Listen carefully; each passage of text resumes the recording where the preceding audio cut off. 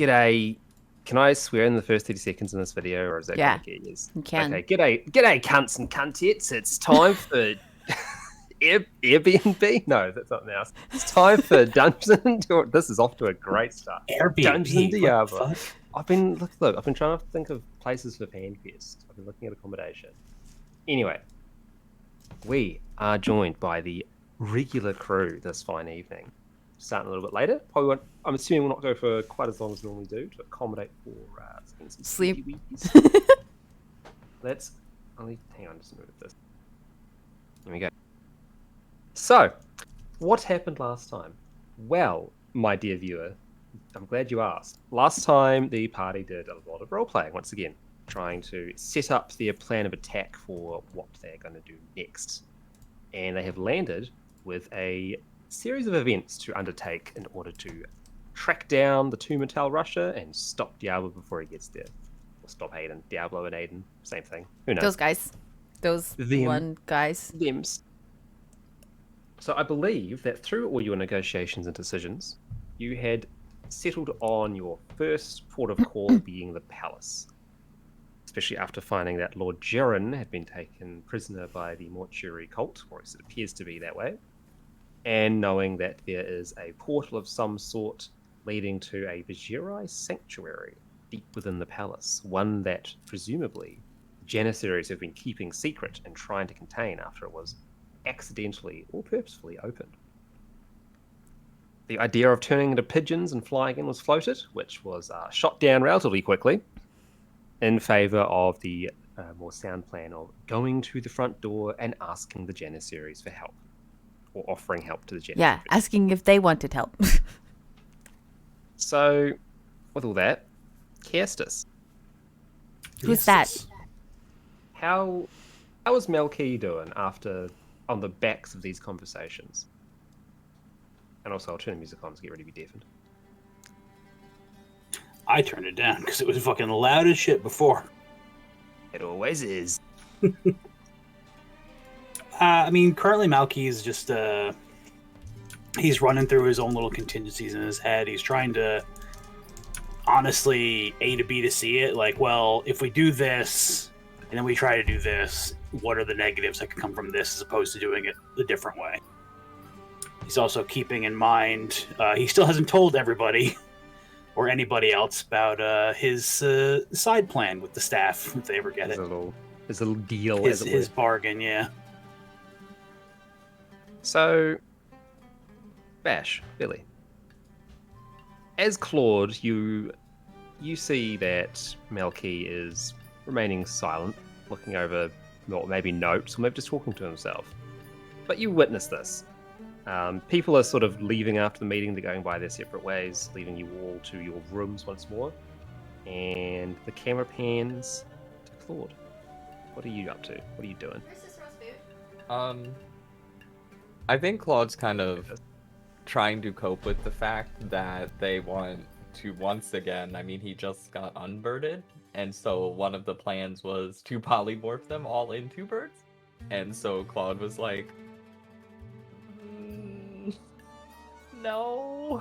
Well, that plan was shot down, remember? It wasn't. It was one of. I don't think we all agreed on a plan. One was to talk to the guards, but that was definitely the backup plan, and knowing the plan was to go talk to the guards, and if they turned us away, then we do the bird thing. Right. So, knowing our luck, and knowing where we're at, Claude's kind of like, we're gonna end up having to be birds, aren't we? And yeah, he's not too excited about that, so he's hoping that, when someone will be able to roll a high charisma score and talk to these freaking guards, because he does not want to be a bird again. Are you saying you don't want to do pigeon roleplay? I do not. Had pressure in the voice. Gwah! Gwah! No, you don't be talking. You're a fucking bird. You can't talk. You're a pigeon. I have high intellect. I can talk. As a bird. Not when you polymorph. You get bird intellect. What if I polymorph myself? Same thing. You still got bird intellect. Yeah, same You're still a effects. bird. You are What a if I have to full-on. speak to humans? You don't. You're a bird. You're too dumb to cast it. You're just Well, a pigeon. You just want this is what snack. it You is. want bread. I want bread. Yeah. No, he's not excited, and he doesn't want to be a bird. Other than that, he's kind of wondering how the party's gonna fare, and how he fits in now with the new paradigm. But other than that, yeah. All right. All right. That's pretty much it, sir. Horacio, how's Horacio feeling after all the conversations? What's her take on the current plan? Well, pretty good overall, to be honest. She's like, yeah, we've got a bunch of people on our side now. Obviously, the Janissaries are going to want help, and if they don't, it's because they're stupid idiots. And if they don't, we can just fly in anyway. Also, she's pretty confident in her ability to kill every demon inside of the palace. Overall, she's feeling pretty good. She's not Flying high. yeah, pretty much just chilling out. You know, she's not no tension, no anxiety. She's just relaxing, having an easy time. Having some of the leftover fruit that's been strewn around the place. She does like fruit. There we go. Holgrim, Philip, how's old mate doing? What's his opinions of the plans? He's for them. He thinks it sounds wise. He is also looking forward to dealing with any kind of demon or evil entity that may have started to spread its presence. So he's sort of mentally preparing for the battle and what sort of divine powers he might need to call down to ensure this goes as well as could be expected. Cool. And last but not least, Michelle, how is Netvari faring? Oops, I'm muted. Netvari is doing pretty good. She's excited to go into a place that was made by a very powerful mage because she's a very powerful mage / wants to be a very powerful mage. She's hoping to find goodies to help her make cool magics. And also because Claude took the Pearl of Power, she gets dibs on the next cool magic thing, so that's sweet too. It is true. Claude did take the Pearl of Power in 2 campaigns now. I slammed my pearl in the power. So with that, the final person leaves, and once again, you're all left to your own devices. Wait a moment. Excuse me. I need to call everyone's attention to this. What's happening? Why is the chat not working? Can I... What?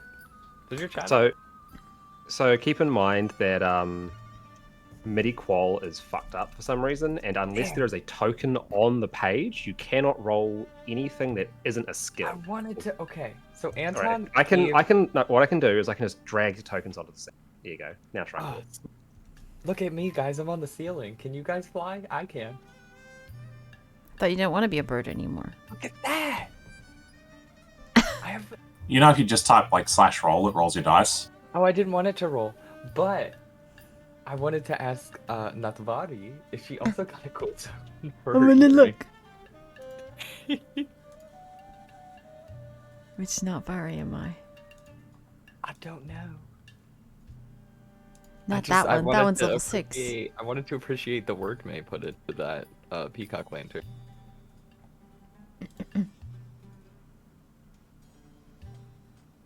I have a... Oh my gosh! Okay. I have my glyph of Ivgorod. I have my lantern earrings of fate. There it is. I totally forgot to put anything here. Nope. There's no work in mine. I was like, oh my god, I just want to appreciate the GM real quick with the picture. What are some of the other items? Got a few there that you haven't been using. I do have a lot. I think I technically gave this Charlatan's die to Thulgrim. No, you gave me the Decahedron die. Oh, that's right. Of Doom. Okay, yeah. You've got Mikhail's water skin. Rest in peace. Yeah. What's that do? Spying Sparrow, Broken Ankh Knife. We used that before. Still have it. I feel like a junk collector. Whoa. I have some Every- feathers. They do cool stuff. They're not in my inventory, but I will remind that I did take a bag of holding and a bracer of archery. For Oh my upkeep. god! I'm sorry. The lyrics to My Heart Will Go On are now in the Water Spirit Mikhail's water skin description. And also if you hyperlink. click on them, Get to click on them. Cool. Yeah, it's a hyperlinks. hyperlink. What happens? It goes to a music. And that's playing right now on the podcast. Oh shit, turn that off. Maria DMC. No, it's okay. It's DMC'd by fucking Matt Mulland. Never know. It's true. all right. Listen, Like, I'm just They won't saying, DMC. they They'll just mute that one section of this fucking, which to be fair, probably is the right fucking. yeah, well, I mean, like, I'm just saying, like fucking Metallica played BlizzCon and they muted Metallica playing their own music live, so... That's alright. This guy lives in Wellington. I'll just go be like, hey bro, can you unmute our stream, please? I can't believe you forgot to put anything in my earrings. Look, it says I totally forgot to put anything here. The DM likes me more. I guess so.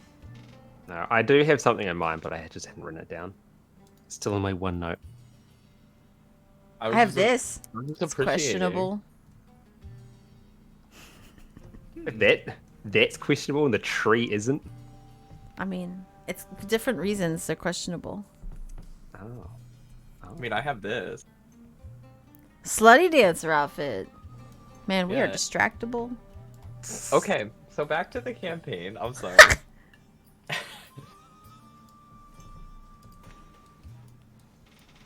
Also, I think that description needs to be edited. I don't have a hella fine bird peach. Well, all right. I'll update it at an appropriate Yeah, moment. damn shouty, you got one hella fine regular peach and then a sad face after now.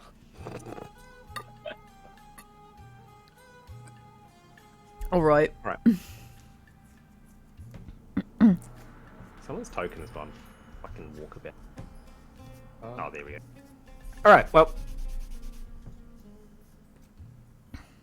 so I'll leave it up to the floor for now. You know your location, you know where to go, but you may want to spend some time actually recuperating before you dive in. Handing it over to the party for some good old-fashioned inter-party roleplay. What is it that you guys want to do next? Not all of those people were very useful, you guys. What? Mm. Who do you mean? Also, Well, you know, just because, you know, some people didn't even say anything the whole time. Yeah, there was quite a large escort that came with the assorted important people that sort of just stood there and looked awkward and ate your food. We said So- everything. Do we even need them? I mean, do we not need them? Like, I mean... Yeah, they're more that we are telling them what we are going to be doing in their city, so they know to not hinder us. Also, it means, like, you know, they can do, like, the chores while we do the important things. Mm-hmm. I guess so. Yeah.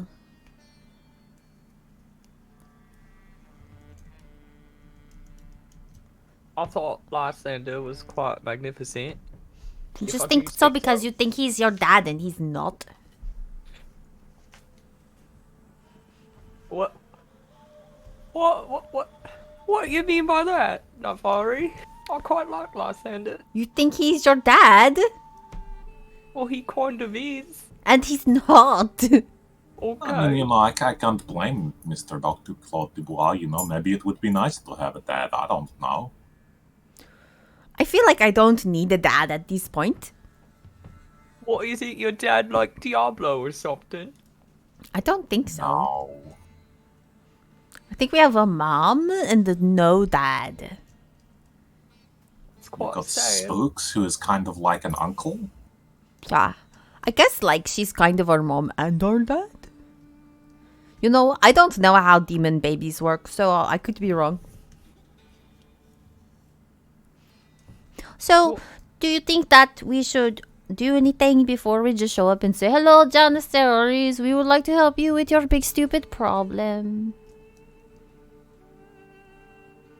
I mean, no, I think that, pretty much like, hey, Janissaries would like to help you with your big stupid, like, we go up and they'll be like, halt, you are not allowed to continue to pass, and then we will be like, yeah, okay, that's really nice, but we also know there's only like 3 of you left, and there's a bunch of demons. That's why I'm going to request to speak with the captain that is still working there. I met her the last time I was here. Is that why you're top 5 fuckable?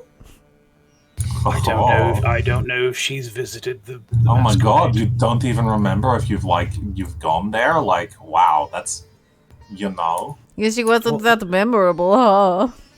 What are you both talking about? I'm not talking about someone at the masquerade, I'm talking about the We Janissary know. captain. Oh, we know. Saying that you banged her and she was quite a lame bang. Not the best. That's what I'm saying. She was working. oh, I needed information. You did it while she was working, like on the clock? Wow. That seems inappropriate. What do they call that? Is that Melky stops the rain, just like inhibition? Exhibition. How do you know that? You don't know anything. We've been sleeping in a brothel for like a week. So you've been sampling then? No, but you hear shit in the hallway. Like, oh yeah, I want somebody who does this. I want somebody who does that. And if we stay in the hallway, that's good. I'm into exhibitionism. I hear a lot of things in the hallway, you guys. I don't believe that. Okay. These rooms are very noise sensitive. Malquise, I think we know she was into the exhibitionism because the whole place would be on fire, You know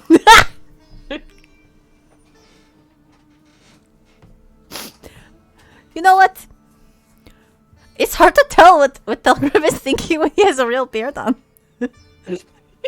You can't see my facial expressions. Yeah. Like a real dwarf. Yeah. Shave your beard again, Telgrim. That's why I seem so stoic. No idea. Or it's because you are so stoic too, huh? That's just his 5 o'clock shadow. Yeah, he shaved this morning. Dwarves don't shave. Do they? If we need to. It is We're getting wildly off topic again. Okay. Okay, anyway. What is the plan? Do we need to rest or find something or get something before we go, or shall we just go now? I mean, we already should rested, rest Malquise all sexy like so that he could do some more of the exhibitionism with the captain and let it run through. Oh, we could get him like one of those billowy white shirts with the big open front, and like he looks He's like a already man got one of those. None of this is fun. What are you all? We're trying to do something very serious, and I wish one of you, besides Thorgan, would take it seriously a little bit. But the milk is, if we're not happy while we're doing this, then we'll be all bummed when we're in the scary place. Wait. No, okay, listen, I'll do it. Okay.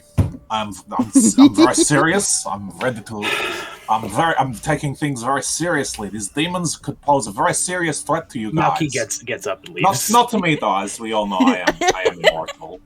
Don't forget that, Malky, I am immortal. Tell them so.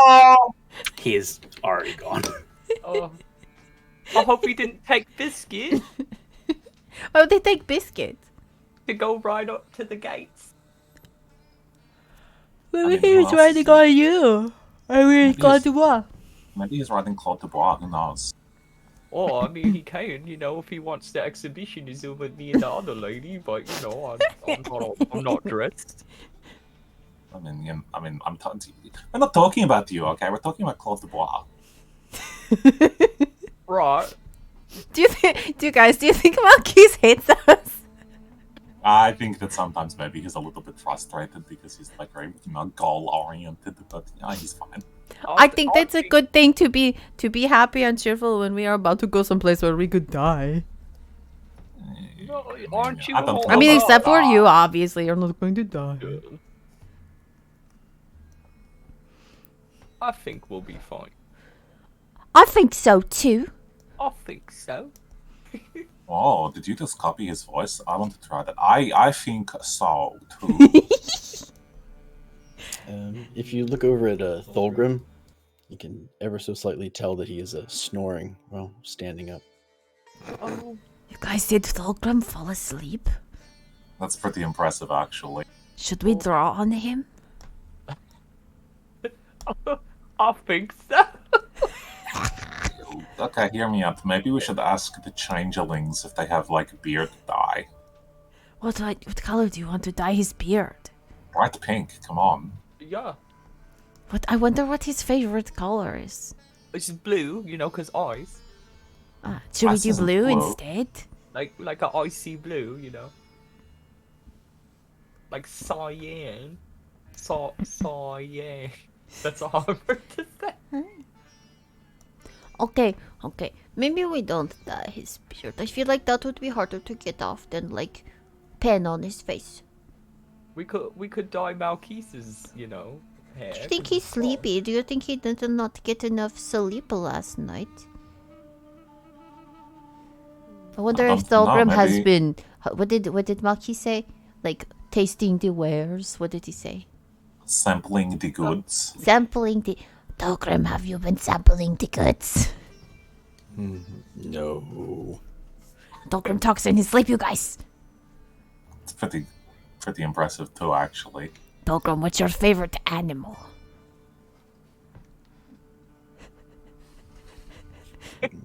He doesn't like that Kangaroo. question. What did he say?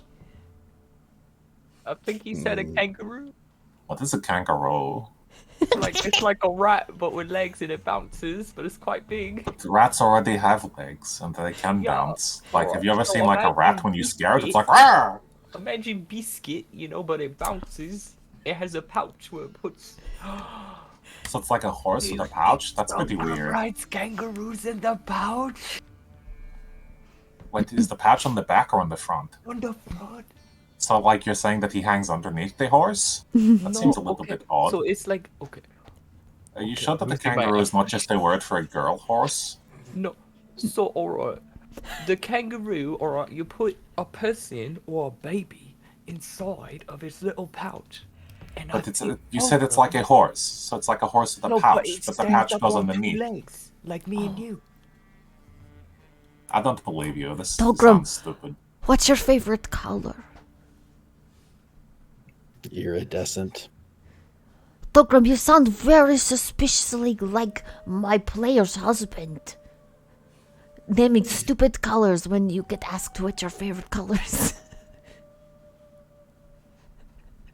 Sometimes he tells me that sparkly red is his favorite. Sometimes he tells me it's transparent or invisible. That's not a Transparent color, is a good color. Thulgrim! Color theory states it's a color. No. Wow, Thulgrim is like, he's... You know, like, who knows took about color theory in college? theory. It wasn't knows- you, it was me! I also took color theory in actual But- game college, but in real life as well, because I But went we to didn't college. go to college, sister. Like, what Yeah, are you did talking you go about? to demon college? Okay, Iridescent is as much a color as magenta. I will fight you, Thulgrim. I'm going to ask you a different question now. Who is cuter, Claude or Malkis? I don't think of either of them in that way. Think very carefully. Thulgrim, are you actually awake? Yes, I am. How long have you been awake? Since you said you were gonna dye my beard blue. Would you have hated I that? would- Wait, Yes. okay, so I could have gotten away with dyeing your beard pink? Yeah, I mean, I probably would have woken up as soon as you tried to get my beard wet. I don't know, I'm pretty sneaky. Thulgrim, would you be mad if I turned you into a kangaroo? Yes, I Oh. would. Can I turn Brazil? Can I turn you into a kangaroo and then you can put Thulgrim, in your I don't like kangaroos, Around and with you know what? I would really appreciate it if you wouldn't ask me about my pouch. what? No, not your lady pouch. I'm talking. You about know, your I think male maybe you should kangaroo. stop asking this question while you are ahead, because, like, I'm gonna send a message to Malkis. Hey, Malkis, are you going to talk to the lady? Hopefully he's still within range. What's the range on that? Not very 120 feet. I'm assuming he's not. No. No. Okay. You get like a this phone is out of service response from the message. Malkis! I suppose we should get on the horses and Well- try and catch up to him. I guess we could. Do you think he wants us to go with him, or do you think he wants to be away from us for a little while? Maybe he should be away from us for a little while. He seemed pretty frustrated, like we got to give him like that little bit of space. So while he's there, he's going to be talking to the Janissaries, and they're going to be like really obtuse and like, no, we don't need your help. And he's going to have to be like, No. I'm Malkis and I'm very charming. And then by the end of the whole experience, he's going to be like, wow, these people really were terrible to talk with. I really miss those beautiful sisters I've been traveling with. Maybe we should go and just not be in sight, and then when he's like, shit, yeah, I accomplished my mission, he can turn around and walk around the corner and be like, oh, everybody's here already, how convenient. Okay, that's a good idea. Okay, everybody get your shit together, it's time to secretly follow Malkis. Oh. None of you are sneaky. I could be. Oh. I mean, if we follow you from like 2 miles behind, you'll never know. Is that following or is it just trailing? We're going behind you, it's following. Yeah. Yes, it's following. It's not tailing. Sorry, that's what it is. No, we're not Well. telling you. We know where you're going, so we're gonna go there too. We're delaying our meet. We're fashionably late. Meeting is gonna be done by the time you get there, That's fine. or you're gonna get there and like he's gonna be inside and nobody else is gonna be allowed inside. We're gonna be within message range. So if you get confused, like Nabari could be like, Hi, Malkis. Just like send a message. What is it? Oh god, thank god. Message is a cantrip, so I'll just like every now and then be like, hey, Malkis. Hey, Malkis. okay. Until we Yeah. get close enough. So it is about a 2-mile trek from Masquerade to Palace, so it'll take a little bit of time to get there. Maybe like, Maki took Claude the horse. yeah. You get to this palace, you get to this table, you do see that Biscuit is still there, but you're down one horse. Can we take a trolley? Oh, You could take a trolley. I want to take Biscuit. No.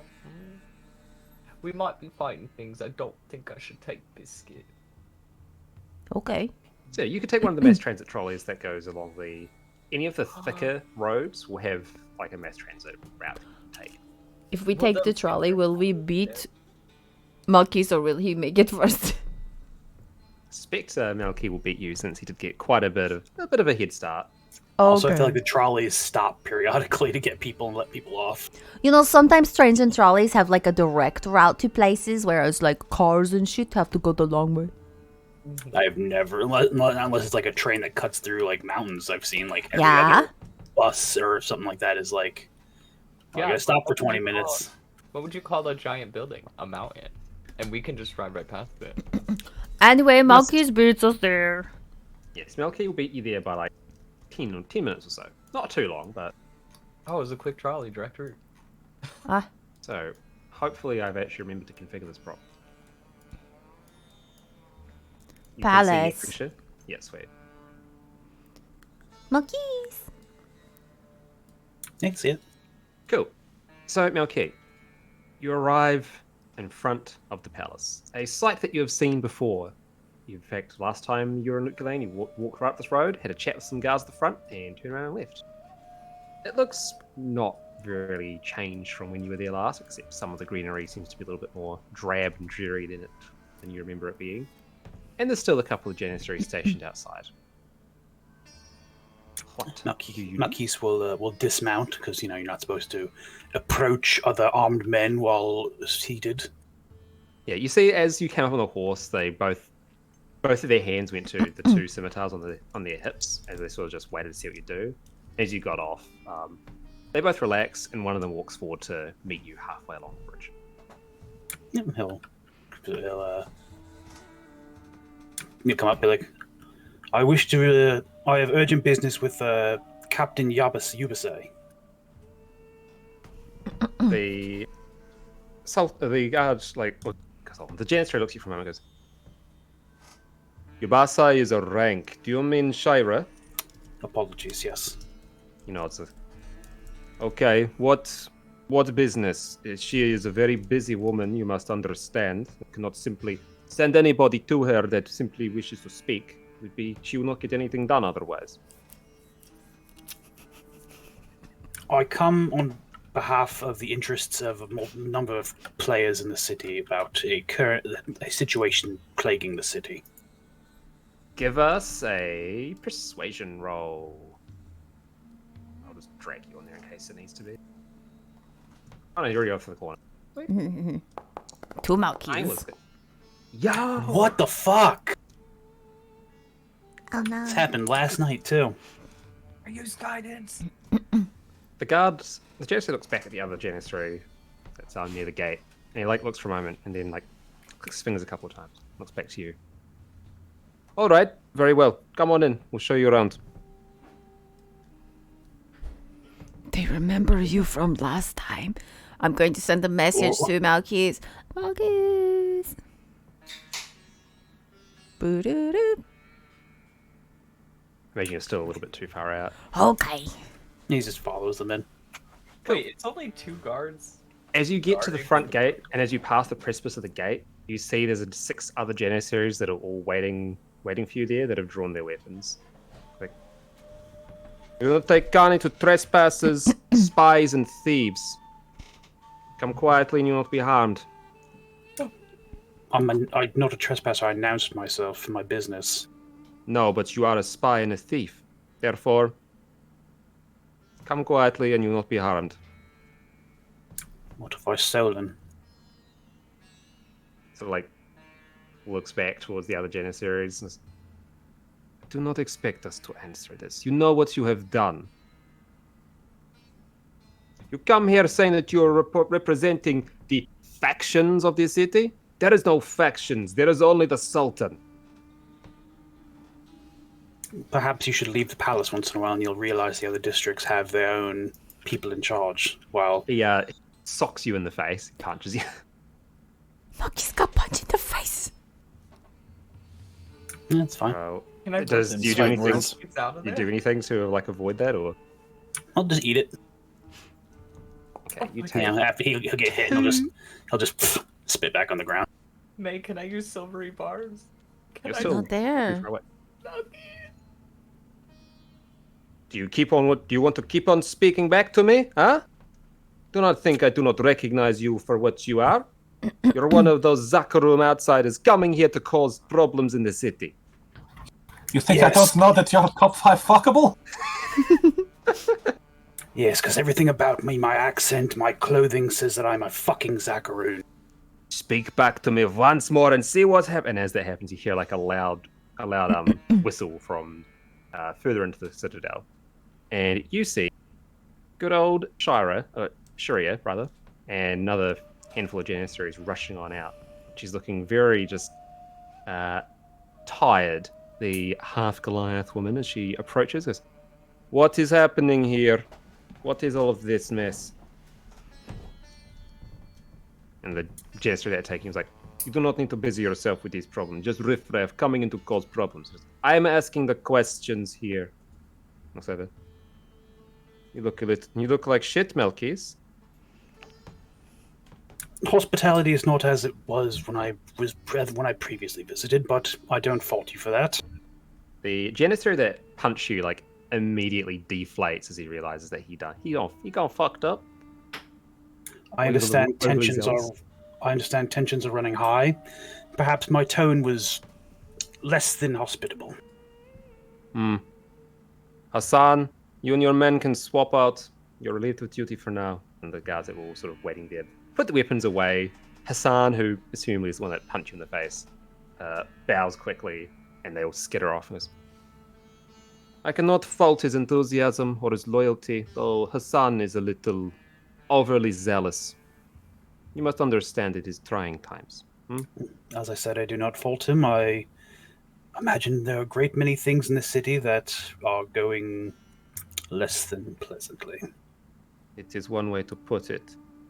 And no offense, but he is not entirely wrong. You are a spy after all. we do keep track and tabs on all of the agents that come in and out of our fair city. It is important. Yes, but I've done nothing directly hostile or to undermine anything about the city. In fact, if you are in fact watching my movements, you know that I've been trying to assist, all the efforts in this city. I cannot say that I know exactly what your movements are. As you said, things are less than usual.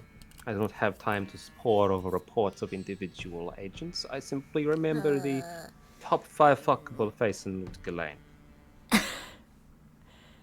And the opium dens that you used to frequent when you came last time.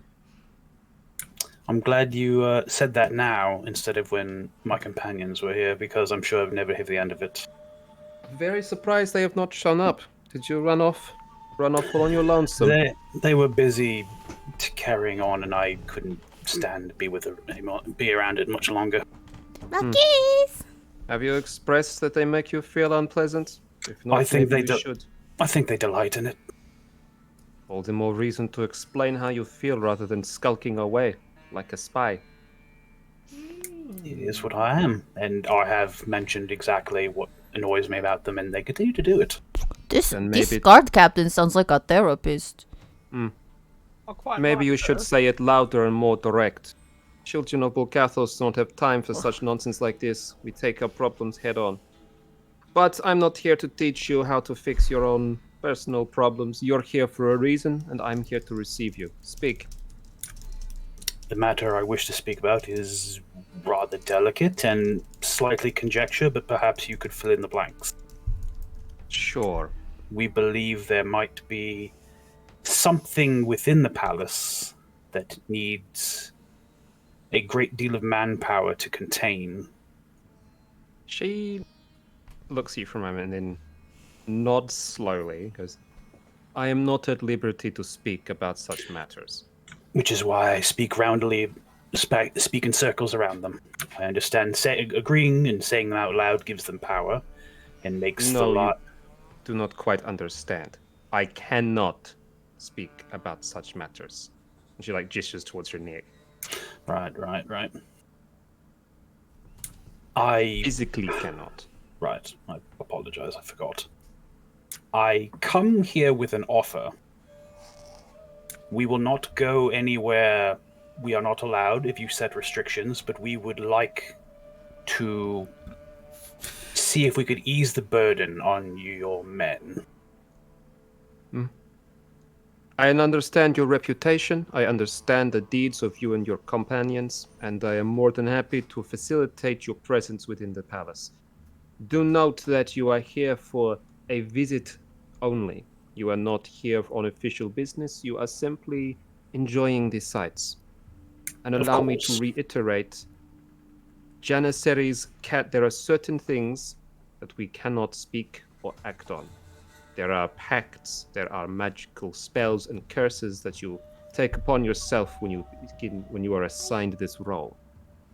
While I am sure it would be easier to ask people questions, but know that they cannot answer you.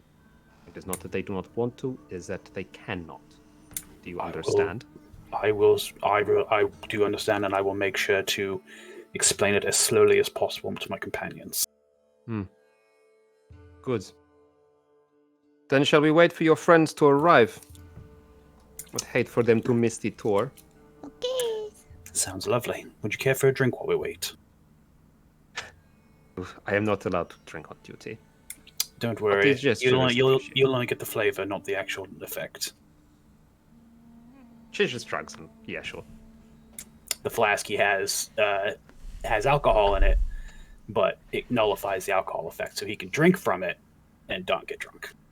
Yeah, the sobriety flask fresh from Artemis. Oh my god. Artemis isn't a drunk? So when everyone's like, look at Melkis, he's over there getting drunk, he's just like, that's funny. That's a funny statement you've said. Yeah. So a few minutes pass, and then the rest of the team starts to rock up with Biscuit, no doubt, leading the way. Oh, no, Biscuit, you took the tram, that's right. Yeah, you rock up. Monkeys! These are them? I say while they're waiting, like as they're coming out, Malchus is explaining, like, yeah, I threw a patch on the ground and this horse appeared. So I guess we have horses now. Oh, some people need pets. It can be good to take your mind off things and teach you responsibility. No.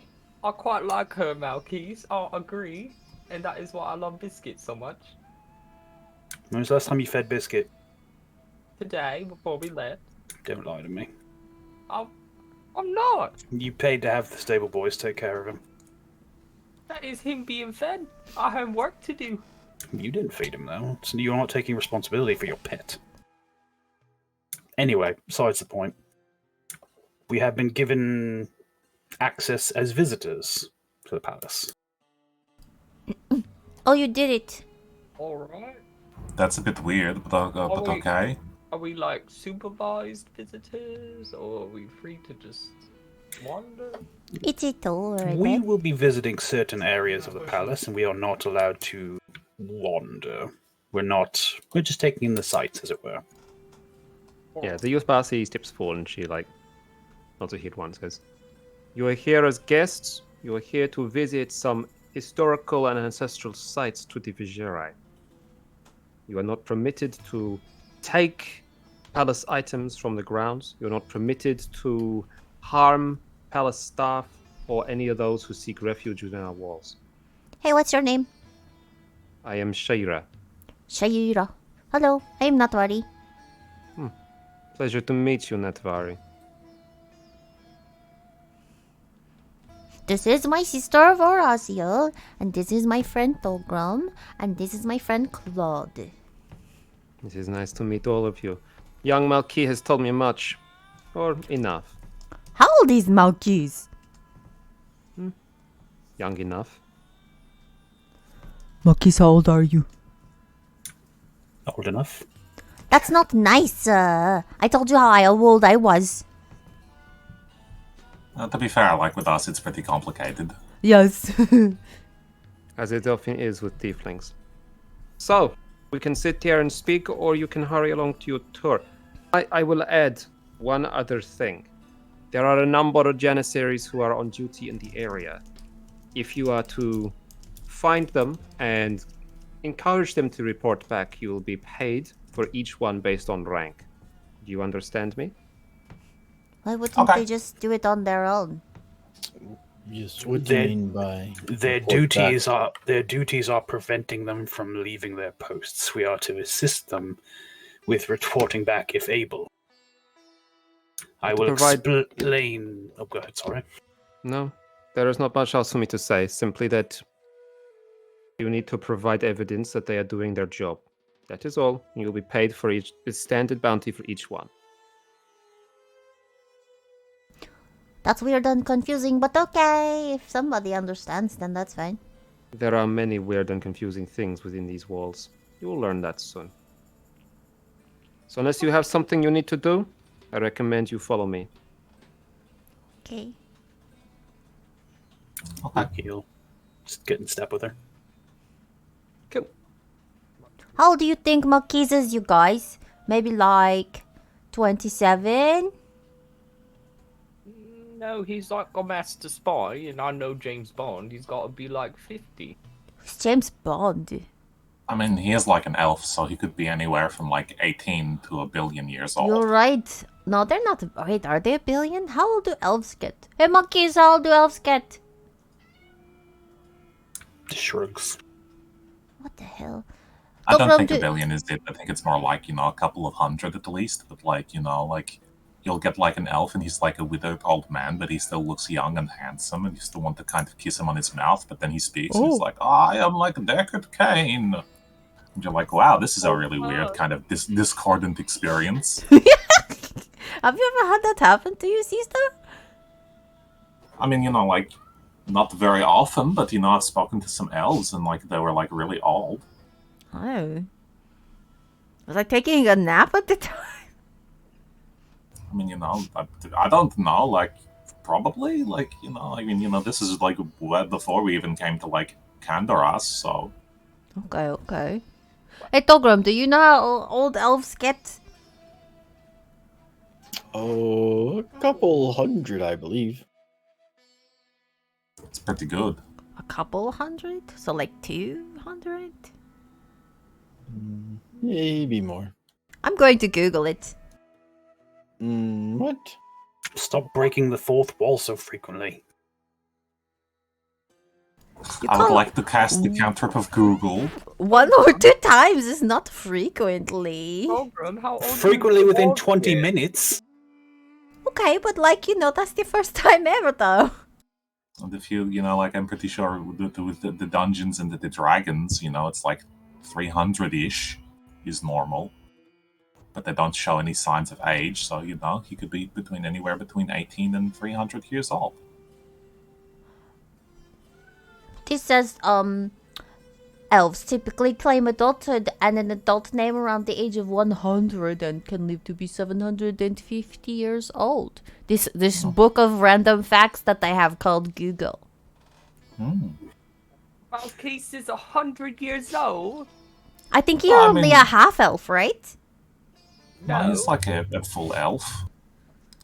I would know. I Mackies! was his father at one point. I thought you were a human, though. What? I thought Aramis was human. No, what? What's an elf? He I don't barfed. remember. Was your mom a human? He's a high elf, yeah. Oh. What the- God's a banged damn human. Okay. Alright, so, like, I'm just going to, like, spitball, as it were. Okay, Malkeith's, like, higher or lower? 300. Can we do this later, maybe? His eyebrows went up. He's older. Oh.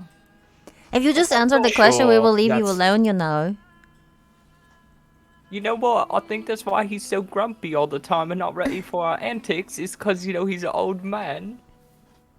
Sherry is Dogrum, how old speaking are you? Yeah. 170. That's pretty respectable. Hey, You're as old as Deckard Cain. I don't believe that. Wait, how long do humans live then? You're a human. You should know that. I don't How old are know. you? My parents died when I was like 8, so like, how old And were nobody they? ever said to you, like, like you never saw another human who's, like, old, and you're like, how old are you? And he's like, oh, no, 80 or so. Yeah, why not? I know I'm like 30, but humans, we. You're not a very smart man. You're not a very smart tiefling. No, I'm a very You're smart beautiful, tiefling. though. Okay, Not well, very smart. Thank you. Okay, alright, so I'm going to... alright, hold on. Business mode, for Malkeith's sake. I'm prepared to...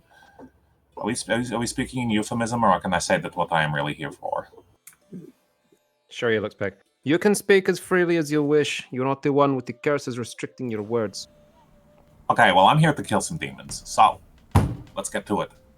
Yes, part of the thing is don't ask the Janissaries about what they're doing or what they're seeing. They can literally are unable to respond to you because of their curses. So I don't care about that. Like, I'm- well, like... I'm What? I'm talking to everybody. I know you don't care. I'm just saying that people who are interested and wish to inquire if we find anybody, they will literally not be able to say anything. So please just don't even bother. to be fair, that's probably a random question that I would ask. Wait, Malkeith, are they cursed? Because then you could, go buy us like a remove curse It- spell. And no, then we it- could just it is a- remove the It is a curse. pledge they have made when they became Janissaries. On purpose, curse? It is Yes. a contract, yes. Oh, like a Ugh. blood curse? If only we had a priest of Rathma. Your It is face easy got enough funny. to break. I simply have no desire in breaking it and betraying my vows to the Sultan. Claude kind of leans over to her and he goes, "Did you make the blood curse in front of the king?" She stop this. I understand why Malkeith finds you so frustrating.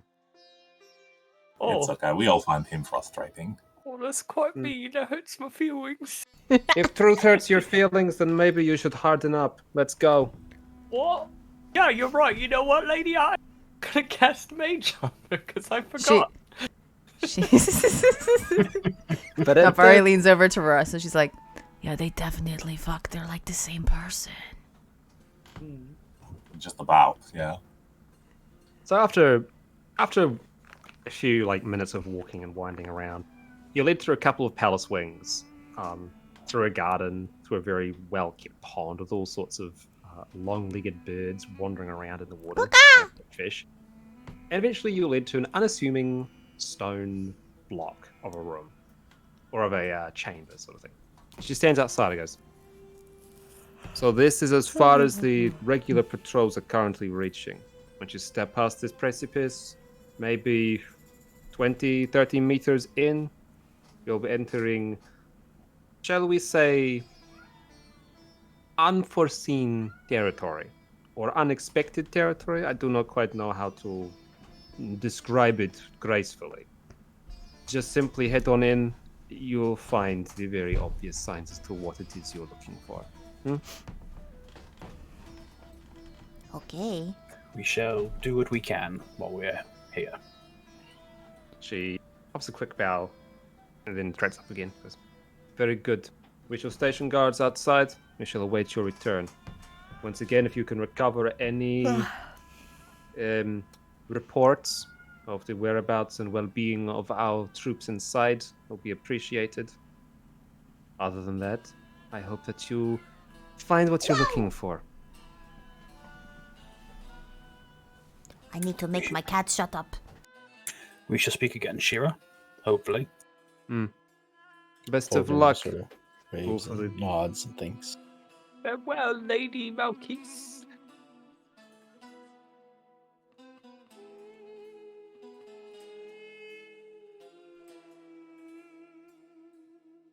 Cool. And after moving for some time through the place, through the palace, you'll arrive. So, Also, I just have a quick question. So, Dolgrim will ask Malkis, partially about the curse and what it was he didn't understand to like have them report back and we'll get a bounty. We are either when they swear an oath of fealty, they are unable to pretty much go against mandates made by the Sultan. So if the Sultan said that nothing is happening, they literally cannot contradict him. They're not allowed to speak of business going on in the palace. That way, if they are captured, say they are captured, they're not literally unable to reveal secrets. Okay. As for finding patrols, we are either going to be rescuing guards who are cut off from support, or reporting the whereabouts of deceased janissaries who have not been able to be recovered. Okay. Thank you. I will be collecting marks of rank from the deceased to give back. Anyone we find alive, we will send up. Gotcha. Okay.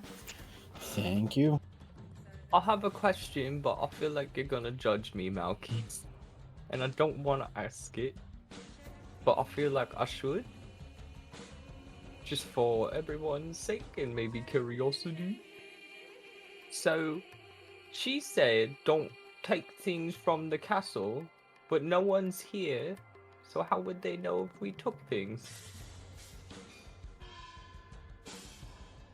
Magic, probably, but Is it like cursed, or like what if we find like a really cool sword? Are we not allowed to take it?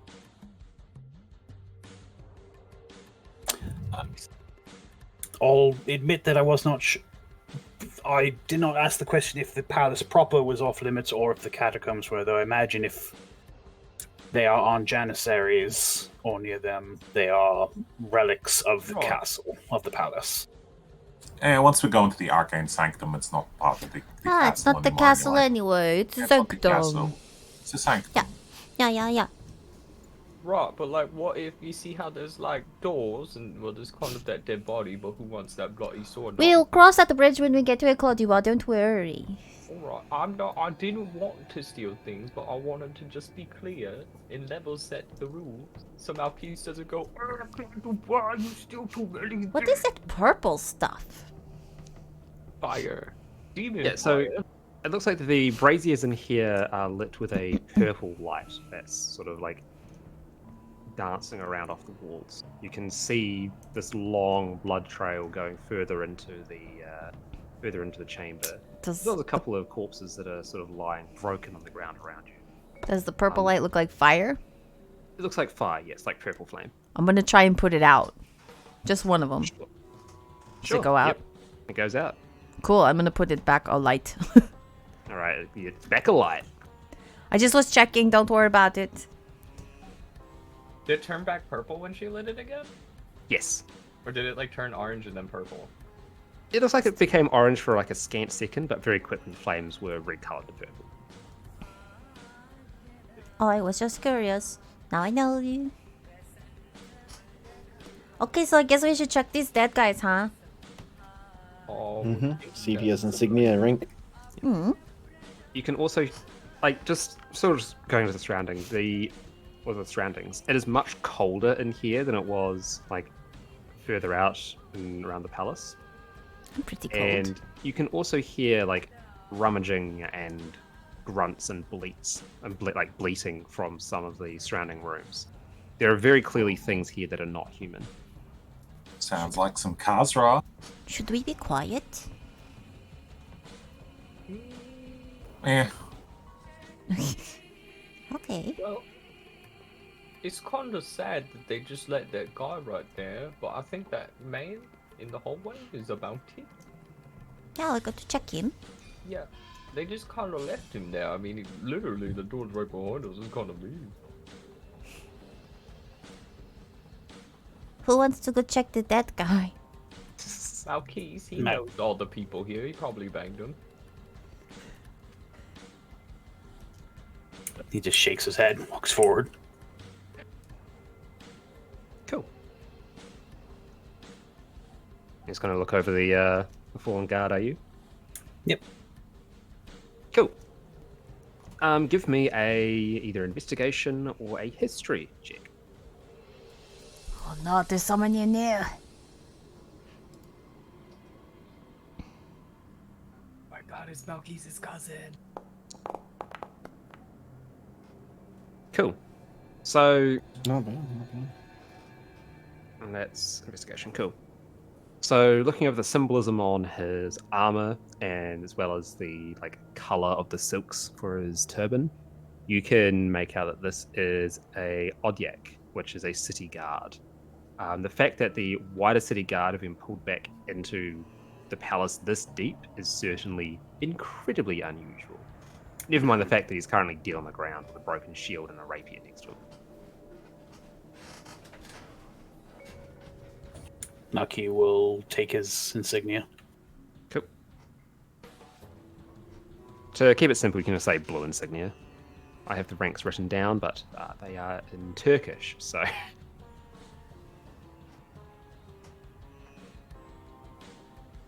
Alright, should we open up a door? Oh, wait. Do you want to just give me the colors so I can write them down now and then just mark them off as we go? Let me... Hang on, I got one bit for... Let me just do this. Where is Milky? For some reason, OneNote posts an image, so you get an image of it.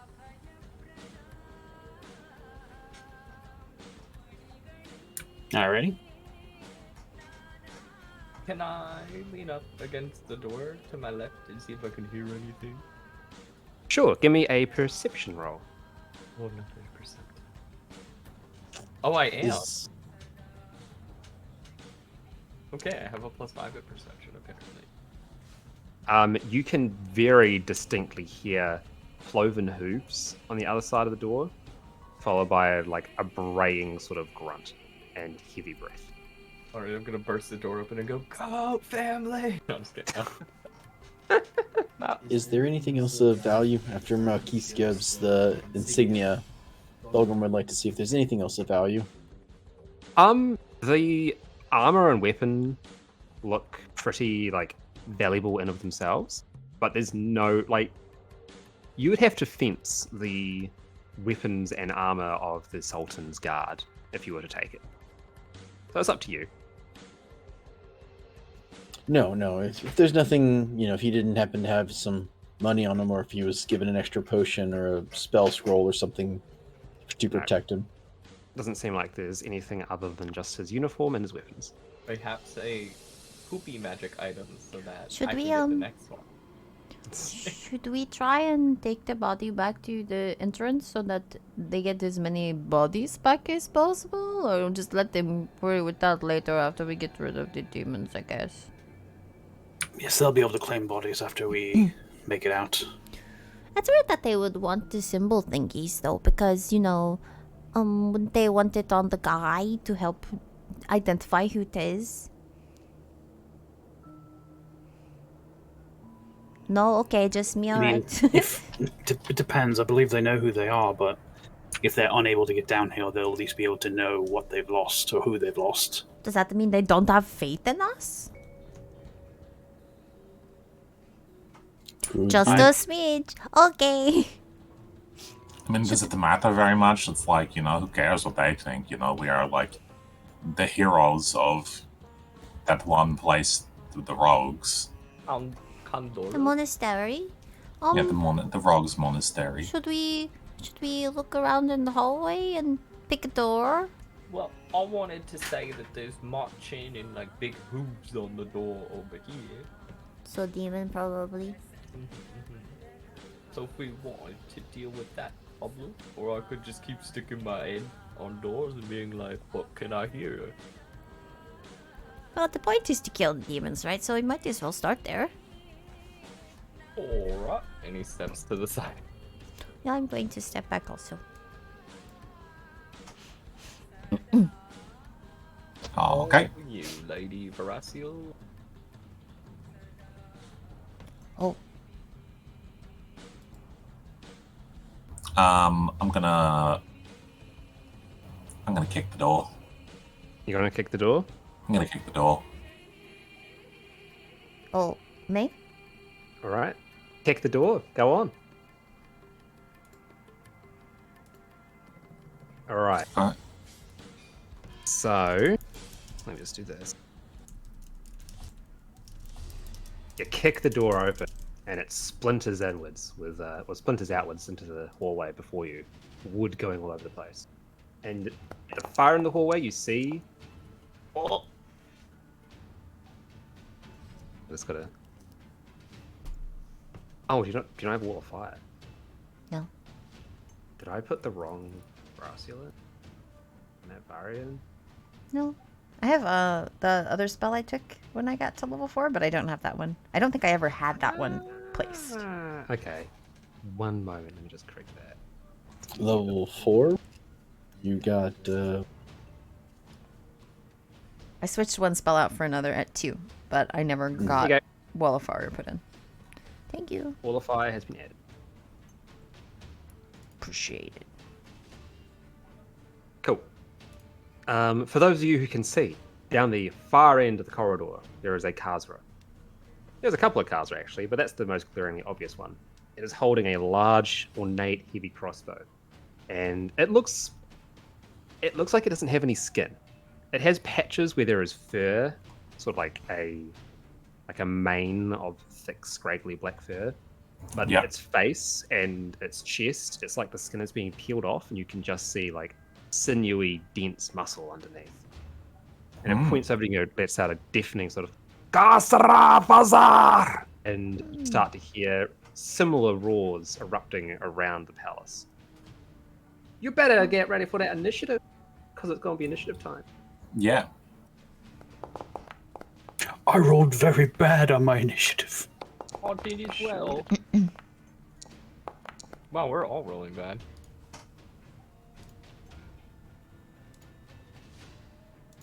Actually, hang on. Straight to the top! With a 13.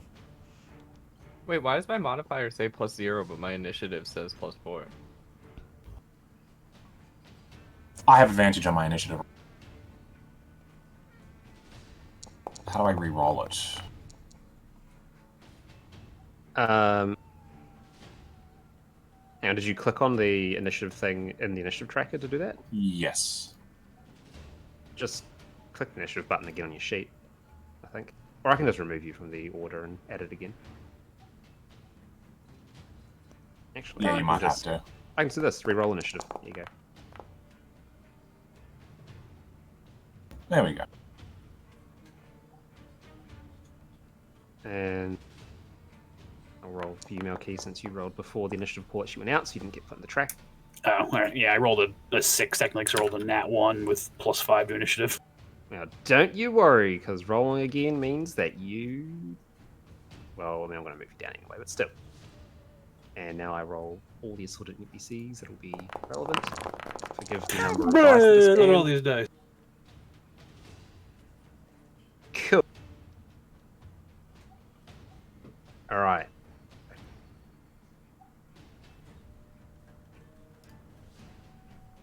So, can I get, actually... Thulgrim and Malkey, and actually everyone that's not Natvari and Brasil, you notice through your passive perception loud thudding coming from further down here, about where that ping is. Okay. Something is bashing on the gate, and on the door, or the wall, one of the two, from the right-hand side. We either need to move into this room or prepare for this hallway to be very crowded very quickly. I could hold him if he comes through. Just stop him. I say we meet him head on. Alright. And as you are speaking... Hang on, let's do this properly. I mean, honestly, it'll be fine. Like, the hallway's narrow enough that Thulgrim can pretty much hold it alone.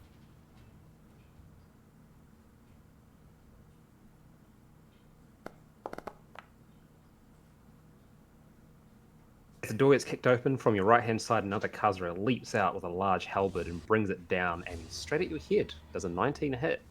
19 does hit. Alright. It does 10 slashing damage. Now, presumably, I can't say I was raging when I kicked open the door. Do you want to say that you're raging first? I mean, it would make sense, but I didn't declare it, so I'm happy if you want to say that I'm not. No, just crack this bad boy. Yeah, That'll... Alright. Oh, I didn't add the rage effect. Damn it, I thought I got it set up to do that. Oh, well, that's fine.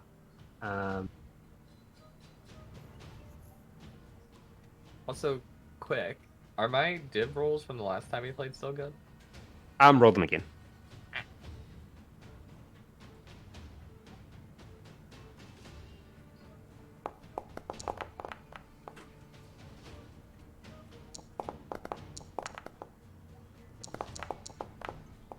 Guessing a 21 hits as well, with that in mind.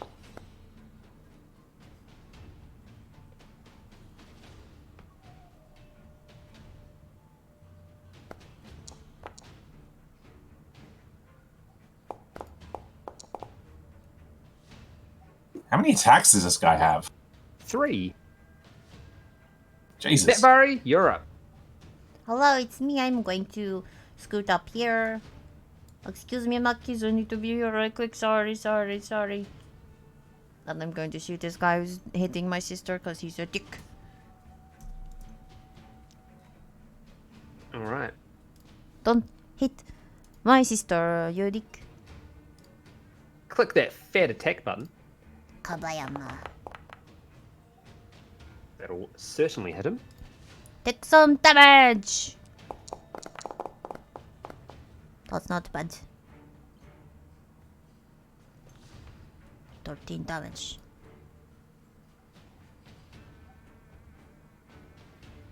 Yeah, that's Cool, right. cool. You dick. And then I'm going to go away again. Remove. Oh, that was the wrong button. I just made it black and white. What do I do? There we go. Okay. Yeah, I'm just gonna move back here. Boop. I'm done.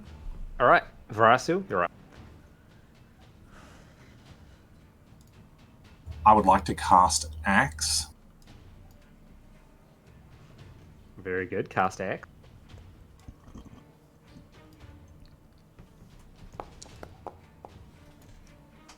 Yeah, a 4 and a 4. Jesus. Oh.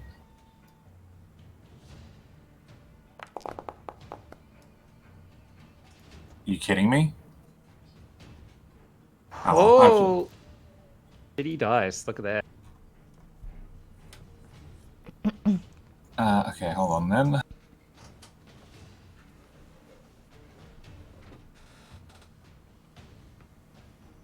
Yep, that's my turn. All right. Moving on.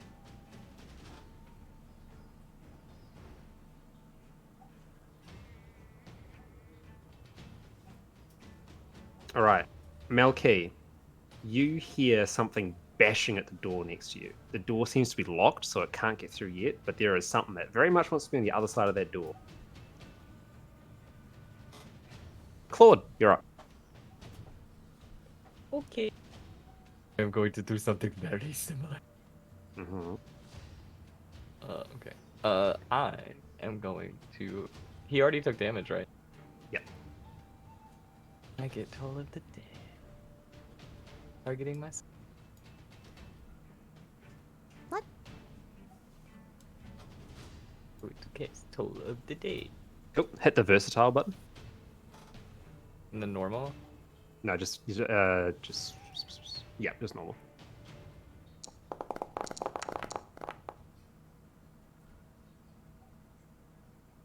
All right.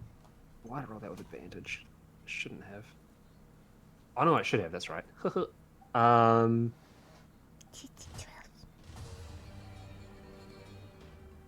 So since I'm ruling that players succeed on draws, that does hit. So I'll roll. You want me to roll damage? The When damage he's has the already been one- rolled. When he's the Oh. one that rolls, he wins anyway, yeah? Yeah. So I just do it just for me. Just again, completely homebrew. But when you roll the same as a NPC, the player wins. Just to make it Okay. all generous. Alan DeGeneres. All right. Is that all? No.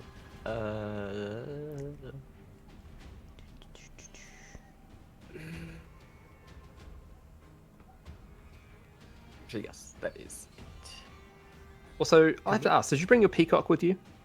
I did. All right. Yeah, peacock's just sort of like Oh no, Wandering around. no! I just thought if it was a lamp again, sure. If not, no. well, it's a construct. So We left the peacock at home. okay, let's peacock at home. I don't want Cool. the peacock to get murdered. Malky, you're up. I brought my earrings. Malkia is going to use steady aim and try to shoot over Veraciel's shoulder. Blast. I'm also going to use sharpshooter. Oh, fuck. Damn, boy, you shouldn't have used sharpshooter. Yeah, what is that? 13. Alas, not high enough.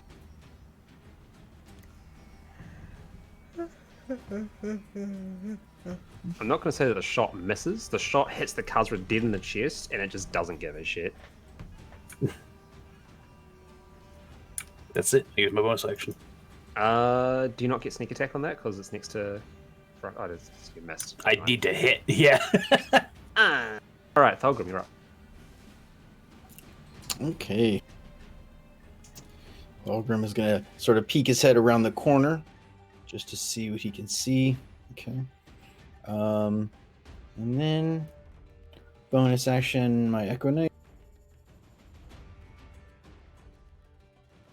That's me. You can put him. Yep. Thank you. And then Thulgrim will sort of look back, like you said, just he's just sort of looking around the corner. And then his soul will sort of separate and fly out of his body, sort of going around the Khazra. I'm sure that's rather confusing to see a golden soul move from it, but.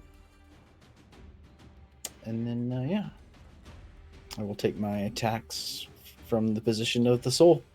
Sure.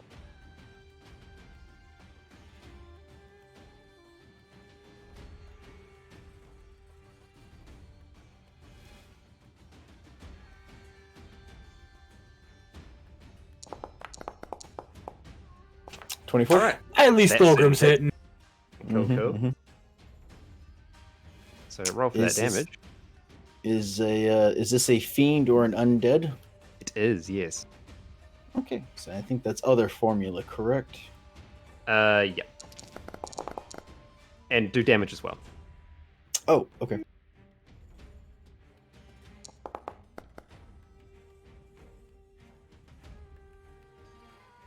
So Cool. a total of 9 damage. Remember to press T to select it as well, because then it will automatically link everything for the saving throw. Which I shall do Sorry. manually. No, you're fine. Saving throw, and it is done with advantage. Alright, your spirit fucking like cold clocks the Kazura on the back of the head, and it just like lets Nice. out a braying shriek as its body erupts into golden fire, and it just disappears. Cool. Okay. It's kinda spooky. I didn't know you could do that. Oh, gross. Then I will have my soul move back. Is there no light? No. Yeah, how come my hooded lantern isn't illuminating everything? Because I haven't activated a light on your token. Oh. Let's fix that. Light. I guess what I was saying is when I looked through the hallway, I moved into their space. I thought I saw another person, but now I can't see it with the soul. What is the sight range of the Echo Knight? Because that hasn't actually been updated. Oh, okay. Currently has 0 vision. It can just see as far as you can. Yeah, I'm not sure. Let me.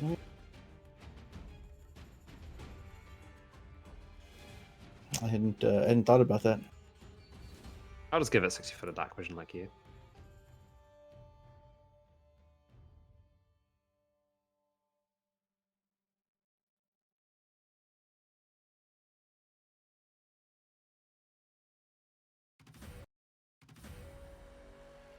It doesn't seem to say what its vision range is. I mean, that's fine. You can like literally just shift down a space with your own movement to see. That's strange. It should be able to see further, but Then you can move it up to there and just bop that motherfucker.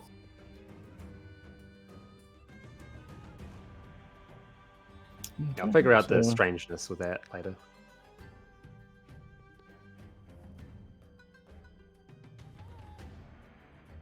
Thorgrim's target is more than 30 feet away.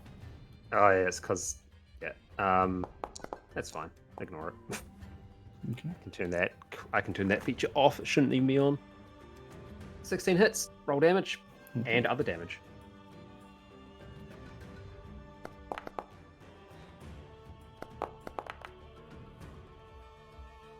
Uh, 11.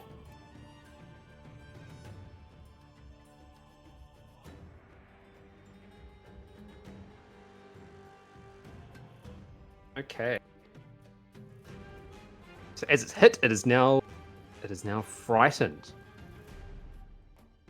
Meaning it is bleating in fear after having seen its good old mate there get turned into sparkles.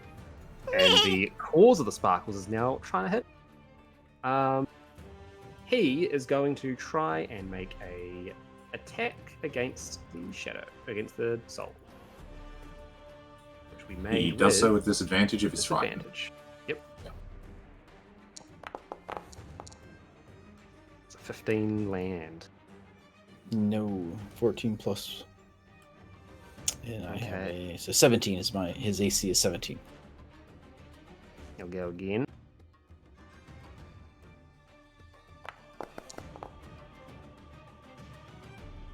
All right. That doesn't hit either, and then he'll do one last attack. Let's see. Can the soul be? Oh, I forgot to. Oh, it doesn't matter. All right, that's his turn done. All right, off he goes.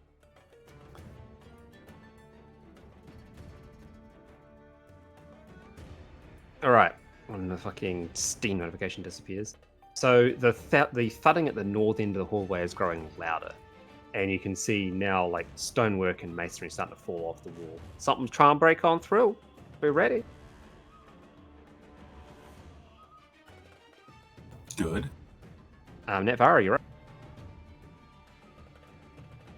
Mm-hmm. Yeah, it's you.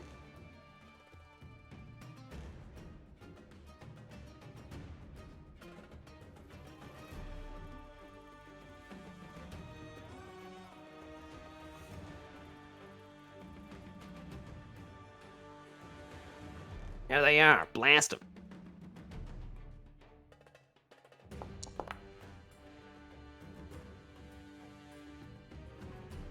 15 no hit. I'll let you know the armor class is 16 to overcome.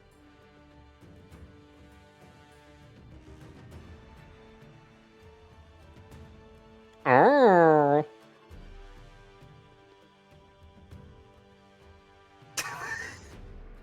Let's see.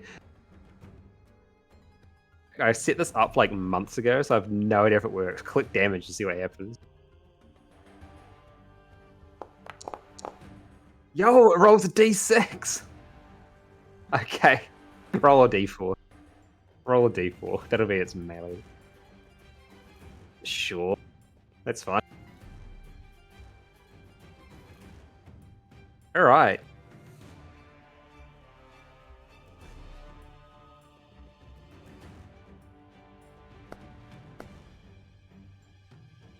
So it's doing a melee attack with the staff. I see. That's all good.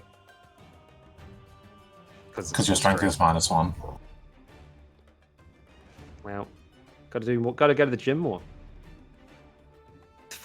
You throw a firebolt, and the firebolt like hits the wall next to the Khazra, and another like a spout of fire erupts out of where it hits, and just hits him in the back of the head. And Varasiel was always like, "Please, sister, come lift with me, so we can both be very buff and beautiful." And you were like, "No, I don't want to." Varasiel. Okay. Let me have a look. Oh, I think I was muted the whole time. No. Anyway, I did the firebolt and it missed, so I used my special staff. Thanks. I will take the attack action and I'll just throw a javelin at it. Alright. Roll to hit. That certainly will hit. Roll for damage. Okay. Boo.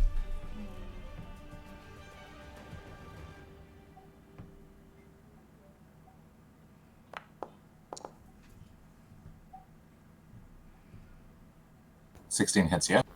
Yep, 16 will hit. It is equal to the AC. Fucking serious? Well, 10 points of damage. Wow. So, you notice that the two javelins, as they like hit the creature, despite not having any skin, the javelins do not actually like dig in. They sort of just hit it and fall to the ground. Alright, so it doesn't do any damage? It does some damage. It still has like knocked the Khazra back, but it seems to be resistant to a form of damage that involves piercing. Hmm. Alright, well...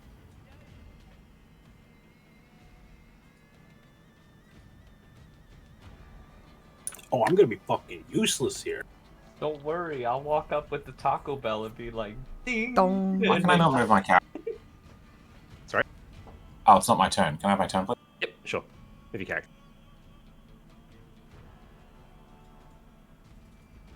I'm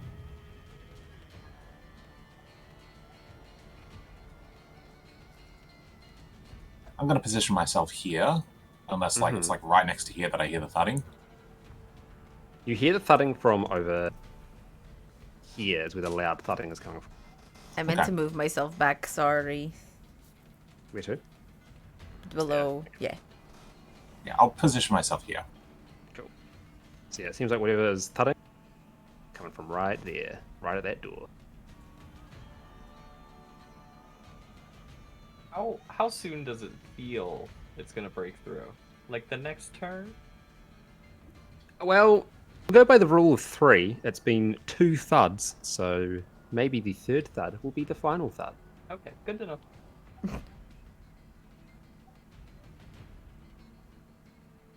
Alright, So Fry, yep. from the north, another Khazra comes out, kicks the door down. You know, like in Cyberpunk Edge Runners, when like what's it called? Max Tech fucking comes into the room with Maine, like fucking just blasts the door down with his foot. It's like that, with his mouth open wide, shrieking with his crossbow held up to his chest. Pops out, pops a squat, sees a Horacio right there, closest target. Let's go. And it's going to make one attack with the heavy crossbow.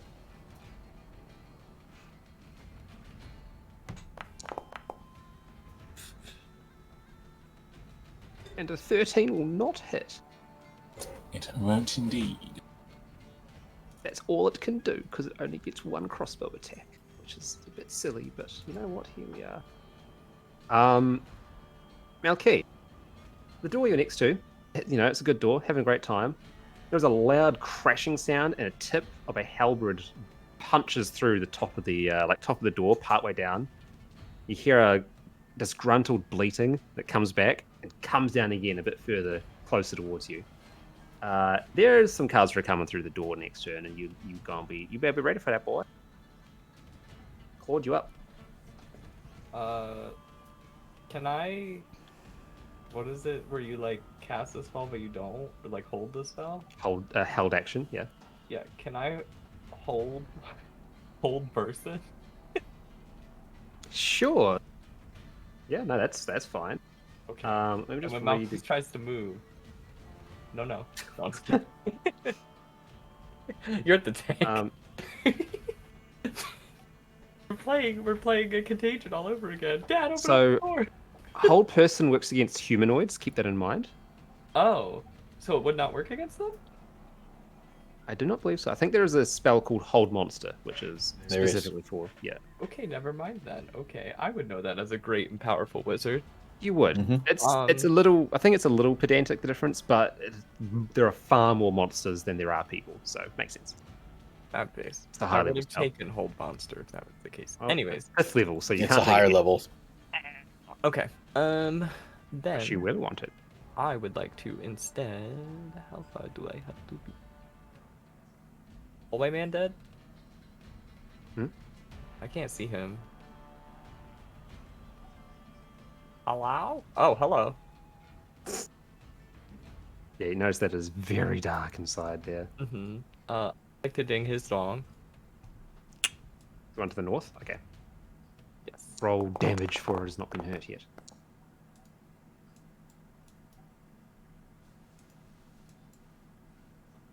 Oof. Fails. Alright. Okay, and then I move. Wait, I don't even know how many. Oh, wait, if took 20 damage. Yep. Oh, that's a lot of damage. Oh, you're not dead, though. Still gonna move. How many feet did I move? Okay, I have to stop here. Damn. Okay, that's it. Beep beep. Well, Alright. if you move okay. there, that's 20. So you can move back to where you are, and then one more space. Oh. So you could move down one. Oh, well, I can't, because the DM froze me in time. Fucking. There you go. Malky, you're up. I'm debating a thing or not, but What thing are you debating, Malky? Or Malchus, as they like to call you? Malchus.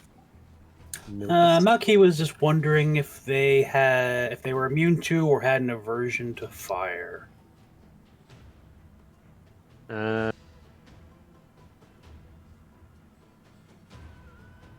Can you do a check? I'm not sure what type of check, but let's say a investigation.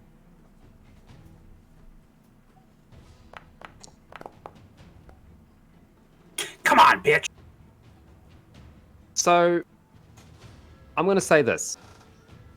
Netvari pegged one in the head with a firebolt, and even though the firebolt missed, it still took fire damage from the sort of follow-up hit. So take that as you will. I would also say, if you recall our fight with the blood witches, or the rogues, and I kept shooting them with Ray of Frost, and that was doing double damage every time. So, that was also a thing. And Don't that's know if it'll lovely, work but I don't here. have any ice abilities. But I do have our flasks of oil next to a brazier. Can I use Ray of Frost on your sword and turn it into an ice? That's not how that works, but thank you. DM, let us Uh. have a cool sword, an ice sword. You have a Billy, do wonderful you have gal. catapult? No, is that something I can do? Yes. Oh. No, I don't. Oh, okay. I didn't know I could catapult people, though. Not Not people. people. Ice? Things. Objects. Ooh. You basically like I Jedi have Force mage throw an hand, I object. can like, ooh, drop it. So I'll put this to the group because there's a couple other people standing here, and I'll ask how bad this would spread. Malkis has 2 flasks of oil that he got from good old Lysander. So he was literally going to douse the door and the frame in oil. And then, the brazier is right there, so I imagine it'll catch pretty quick and then just move the fuck away. So anybody coming through there would get hurt. Yeah. I mean, I can just put it out with prestidigitation and... I Right. have Always ability out, that always out. requires no effort to go goodbye fire. That's true. That too. You're muted. So if it starts to hurt Oh, us, never she can mind. go, No, no. I'm not. Or if you want, I could just light it. Boom. You could do that too, but the brazier's right there and it's not your turn, so I figured I'd just do this now. Whatever. Would it spread terribly, DM, or would it just kind of burn the door and the walls- frame? Yeah, the walls are made out of a thick thick heavy sandstone. The door frames are made of wood. It probably wouldn't spread too much, but what is much more likely is that the smoke is going to hang around. So keep that in mind. This place is not particularly well ventilated. That sounds like a fire hazard to me. I'm going to talk to the Sultan about this. Your place isn't up to code, sir. Since the door has been bashed a little bit, can I see through the door? Sure. I will just open the door to say that you can see through. Then, since there's a little bit of barricade still, Malky will try to shoot through the door into the face of the cause we're trying to chop it down. Cool. I will give the Khazra half cover, so you know. And also because you are within melee range. Oh, no, fuck it. Just half cover. We'll be fine. I have sharpshooter, so doesn't that... I think that gets rid of bonuses for half cover. Yeah. Well, in that case, fucking pop off, King. Let's go. Also, Kestis, I could polymorph you into a giant ape. Stop! I know you love polymorph. I don't want to be polymorphed right now. I'm saying if they're resistant to piercing damage, who could be an ape and smash them? You have 150 health.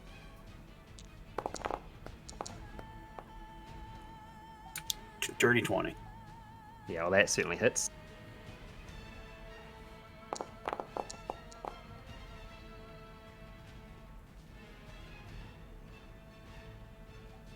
Cool.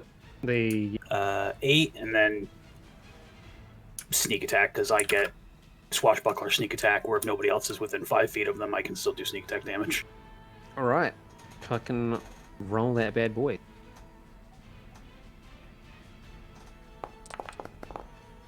Wow. Why are all my rolls shit?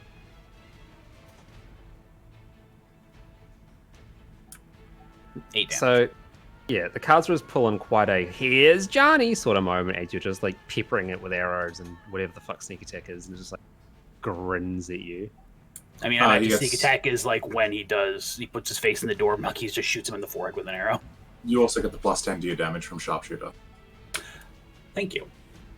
So it's I took- 18. Yeah, I took that negative for nothing then, if that was the case. Thank you, Ro.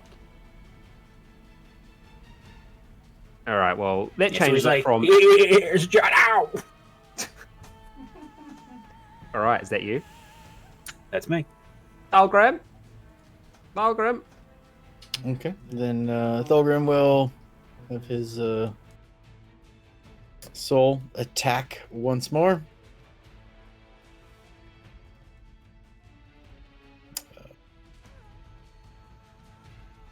All right, roll that bad boy. Ooh, 13. 13 is short, much like Thulgrim, but go again. Ah, You'll be lucky this time.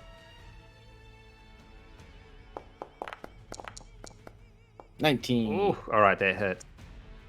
Let's see. Oh,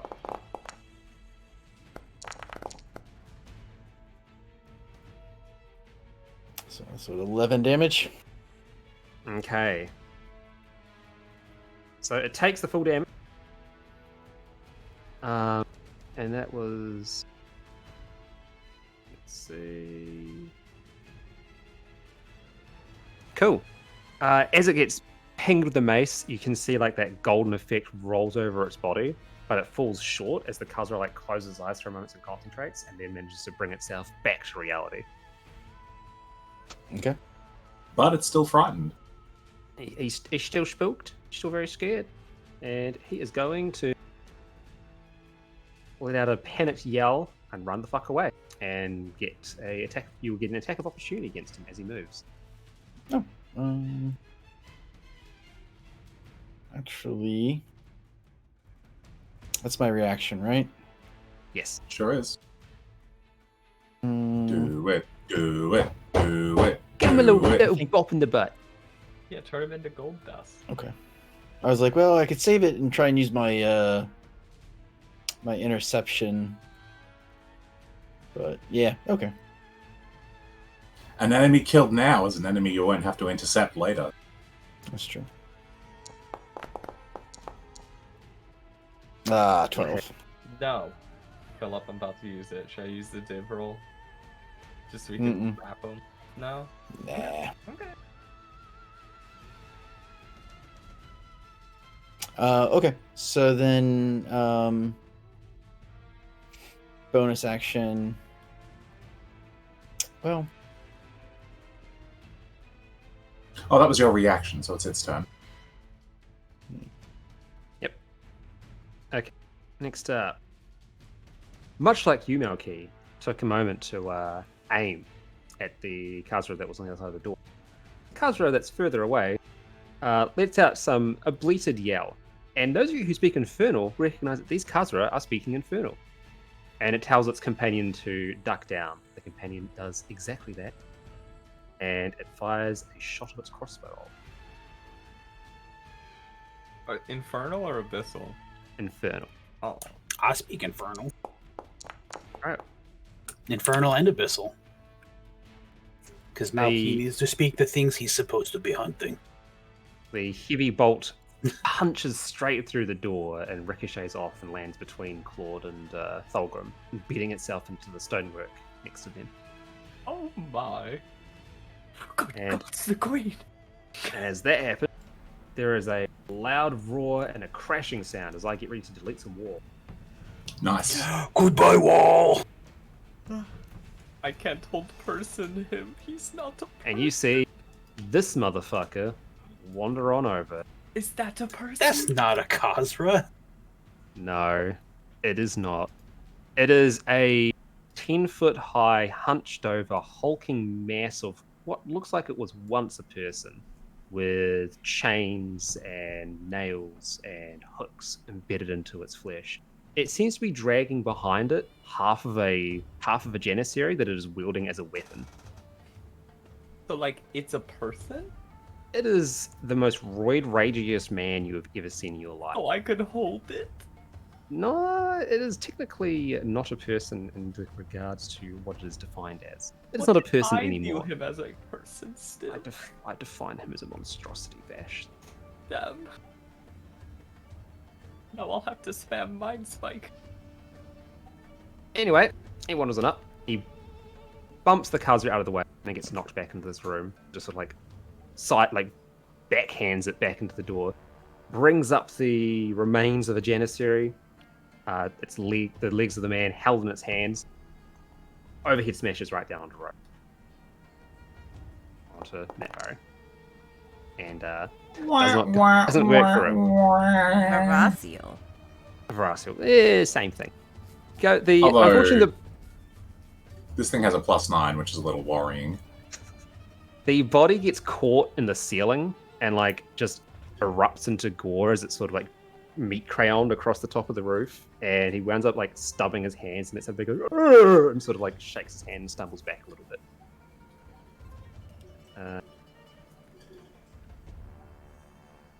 It is his turn. Sweet. Oh, it's got one swing. Only got the one. Well, you'll see. All right.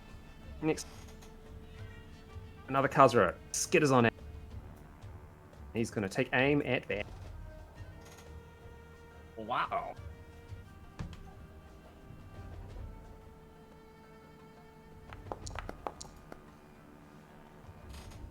Does a 13 hit you? No, it does not. Okay. The bolt goes wide and nothing happens other than the bolt looks very sad. Netvara, you're up. Okay, let me see what I want to do. This big giant guy sort of changed my mind about what I might want to do.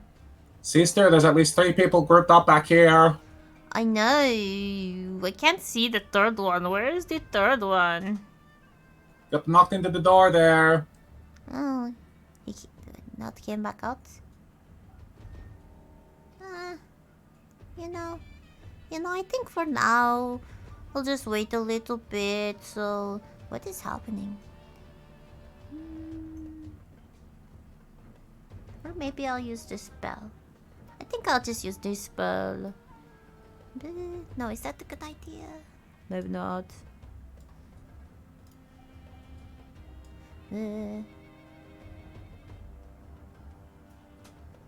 No, okay, no, I'm just doing the regular thing for now. So I'm going to target this guy up here. This big guy. And I'm The going to hit him. Blunderbore, as it is called. Yeah, I decided that instead his name is Albatross. And here's Okay. a firebolt. I shall rename him to Albatross. Thank you. I missed again. No, Maybe. you hit. No, Alright. you hit. He's very large. He's big boy. Yep. It's a very big Oh, damn. Albatross. Good to know. So 6. That was kind of saddening. But here we are, I guess. All right, the firebolt whizzes past and hits Albatross square in the face. He doesn't seem to notice. He seems to be more transfixed and trying to find where his meat crayon went.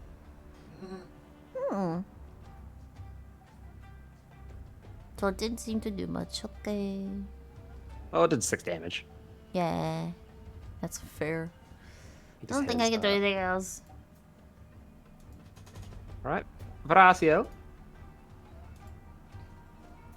Actually, I'm wait. gonna turn- Wait. Oh. Sorry. Wait.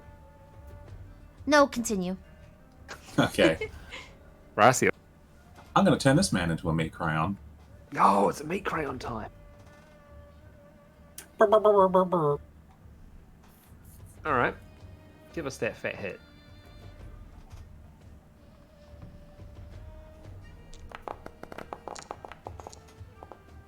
That hits.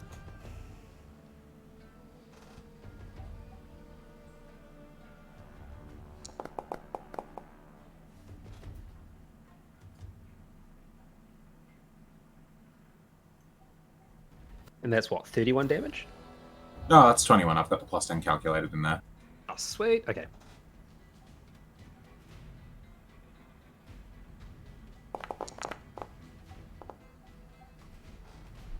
Nice.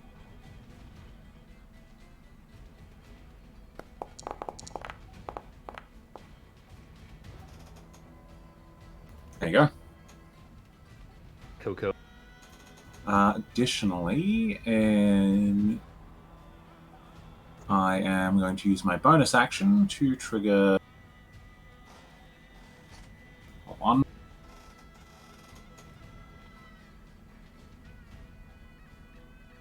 I leveled up recently. I want to double check that it still does the same damage. Yeah, so it takes 3 points of fire damage. As I will use my bonus action to trigger my Storm Aura. Alright, cool.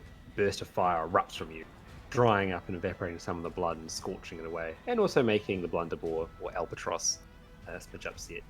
He seems to, like, give you a look like you've just, like, insulted his dog. He looks very offended by this. He's quite injured, but he doesn't seem to really recognize that he is injured. Alright. Okay. Kazra time. Kazra going to come this way. After having its bell clocked, it is now very upset. And it's going to make one chop at Thulgrim. Which misses. Then another chop, since halberds have 10 feet of range, at Melky. It also misses. And then a final one. Haha, idiot. Thulgrim. So with some teamwork and camaraderie, you're able to fend off the Khazra's halberd strikes. Like a particularly aggressive blow to Malky. Malky like rocks backwards onto Thulgrim's back, and then like he like elbows the halberd about to hit Thulgrim, and then has to push back. They're just real buddy cop moment right now. They're having some buddy cop blast. Speaking of, that Buddy hits you, blasters. I'm pretty sure, Michelle. Can I use silvery barbs? What? Who is hitting a- me? A Khazra way down the back runs out, lets out a bleat, saying it's going to open fire, get the dumbass out of the way. The dumbass presumably doesn't move as he sort of sits there agitated for a bit, and then just takes a shot, manages to curve the bolt around the blunderbore and hit you square in the somewhere. It Can I- does hit me. I don't like that. Wait. Can I use silvery barbs on that?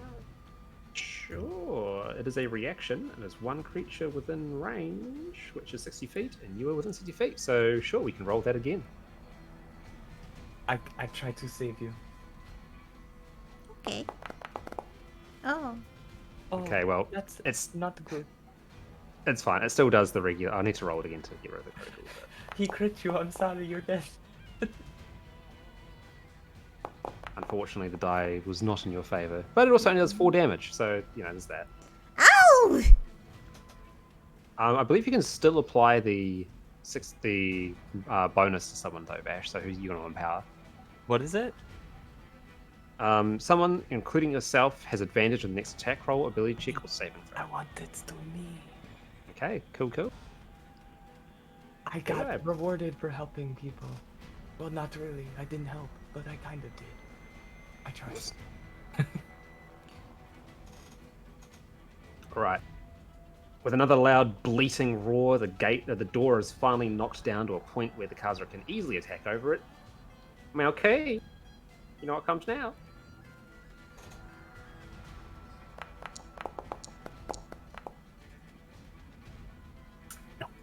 I'll make 2 strikes at you. No one will hit. Deal this many damages. I dealt it to the Khazra by mistake. No takebacks. Brother, I want to kill that Malkeith. And it's going to do a... Oh, God damn it. Oh my god, he killed Nope. himself. No takebacks. It's going to do a 3rd attack at Thulgrim, He falls on his own halberd. Bleh. which will miss. So yeah, basically, while everyone else is having the bout, these two Khazra have come from the side and trying to beat the shit out of these both. You once again through teamwork and camaraderie. You fend them off. Claude, you're up. Okay, I'll mostly fend them off. going to walk a little forward. You will get. Oh, you will net actually- attacks opportunity if you move forward. Don't From want both to of the move Khazra. forward, that was a lie. I'm going to. Only if you leave their reach, so you can move up to the position above Thulgrim safely. That'll What leave their was- reach because they're on the other side of a wall. Okay, I want to cast lightning bolt. That's technically not leaving their reach. What? I can cast lightning bolt from And here. just- I just don't want just- to hit Thulgrim. I can say that you can just avoid Thulgrim. Okay, Thulgrim duck. And then I mean, you can also move into Thulgrim's space and cast it from there. okay. Like, as long as you don't end your turn in his space, you can occupy that space. Okay, I just don't want to, Oh, okay, can I hit everybody? I think I can. Well, you can hit 2 people because it's 100 No, feet long. it's a 100 weird feet box right now. It's not, it's like going this way. Like that way. Can I hit, like, big man? Whatever the template says you can do, place down the measured template and just go from there. Like that? Can I just blast them all? No, you can't. Fucking put it down the Okay. template coming out of you. That was Yeah, template. the starting point originates with you, so you can't do it in a direction like that. Yeah. Ooh, okay, I was like, can I blast them all? Okay, I don't know how to delete the template. Should be. Hang on, let's do it this way. Just cast it again without using a thing. Without using a spell slot. Because you already used one. Yeah, make sure you uncheck the box. Okay, place measured template. Yeah, see, it's rotated. Weird. How do I rotate? Middle mouse scroll wheel. Yeah. What's going on?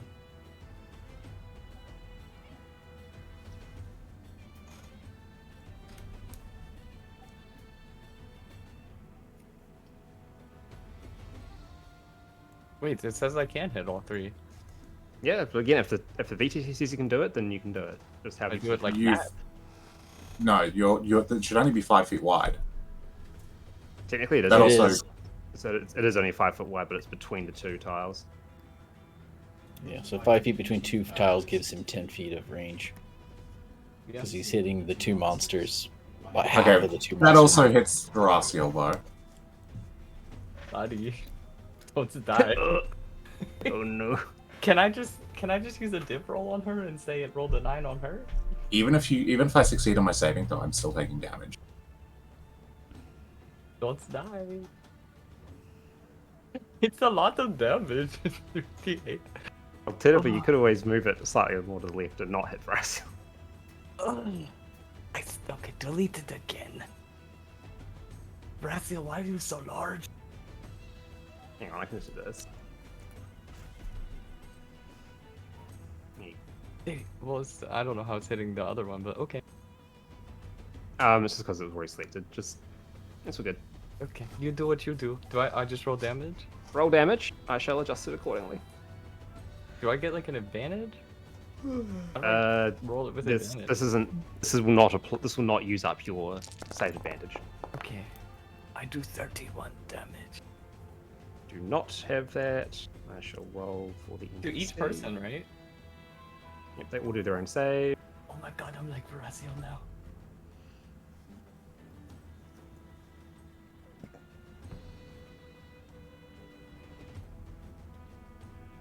And what does the save have to make again? I don't know. So if it's two creatures, these two creatures being affected, they both have to make a dexterity saving throw. Yeah. I'm just wondering what the save is. DC 16. Okay, so it's the spell. Oh, okay. Well, I have a +4 to Dex. I don't know if that matters. It's irrelevant No. for you. It's just Oh. them. I hope they don't have a lot of Dex. Cool. That works out just fine. So that Kazura takes no damage because it was not hit. This Kazura takes full damage because it failed. It takes half damage on a failed save. But when On I a say successful fail, it's save. Failed yeah, the roll. they failed. And that Kazura wasn't a hit. Cool. So lightning arcs out and it fucking blasts the fuck out of one of the Kazura after going through the Wonder Ball. That's a good spell. And that's back. You're You're gonna take attack damage if you leave all the way. No. Yeah. Yeah. If If you I don't end my turn where Dahlgrim is. No. Oh, it's because you'll move. No, if so you these- leave their reach, Okay. Yeah. Yeah. And I go back here. So that's as far back as you can move. Any further than that, and you'll get hit with an attack of opportunity Yeah. Okay. Well. until no. they're dead. Okay. Well, that's fine. I'm happy with it. Cool. Malky.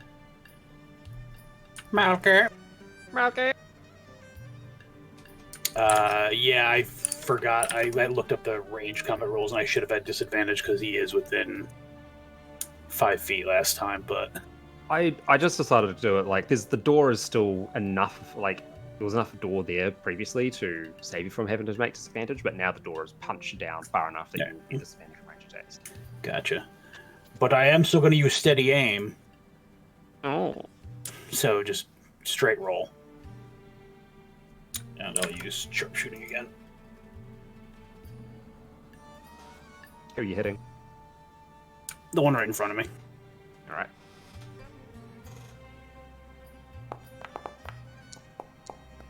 That'll hit. Well, No, it won't. I was like, No, it won't. "Ugh, Never mind." I don't think that's him. Thank you, though.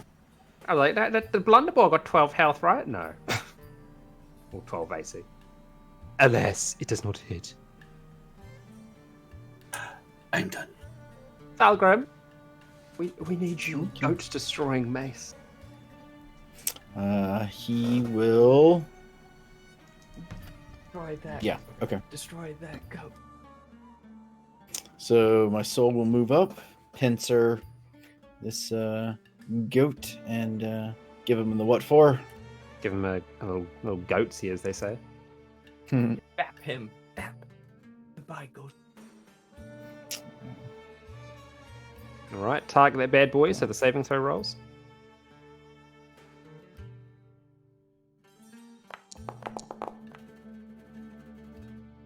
Oh, that won't hit. Yep. Okay. Again? Wait, why is that not going through? There it goes.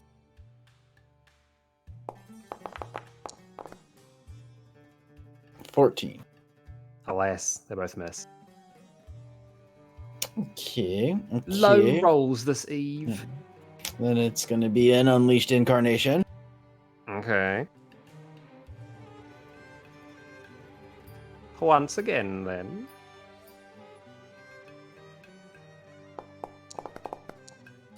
That's what we want to see. All right. Hit them damage functions. 7 plus 11, 18 damage. Is he a non-existent goat? Yeah, okay, so he just fucking disintegrates into nothingness when you hit him with the mace. Very nice. Very nice. Okay. Then Your mace of disruption glowing brightly when it makes contact with the demon flesh. very cool. Very cool. I don't think. Yeah, so I can use the incarnation whenever you use the attack action. So it's not part of anything. So then for my bonus, I'm going to recreate my soul over there.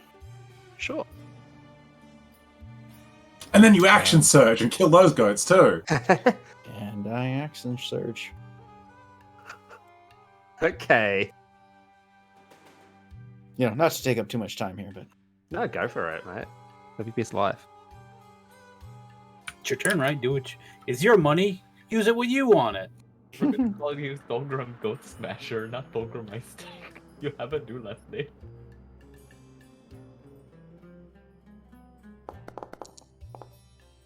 oh, 19, All right, almost that a hits. 20. You deleted the goat. Can you do enough damage to knock over the threshold? Let's find out. Oh my god, 20 points. 20 damage? Okay.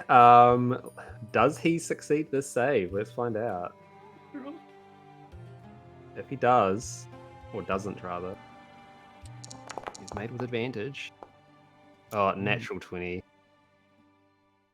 If it had failed, you would have just killed a full health Khazra instantly. Well, since it's a what's it called? The action surge, I still get to redo my I think I get to redo my full attack, so I get 2 attacks, right? Oh, all right. Yeah. Well, give it another I go. Philip, I want you to win. I would love to win as well. I didn't even have to use a div roll, sweet. Can that goat roll just 17 damage. is that All right, Honestly, this time he disintegrates into nothingness when you hit. like he rolls It's out of meh as he fucking vanishes. Oh my god, Dolgrom. For those who speak Infernal, you'll recognize the goat cried out, "Avenge me, brother!" before it disappeared. Is it similar to Abyssal? It's Infernal, so I'd say there's similarities, but you could sort of make out maybe the general tone of what was said, but not the nuance. Okay. You know, because you can unleash the incarnation every time you take the attack action.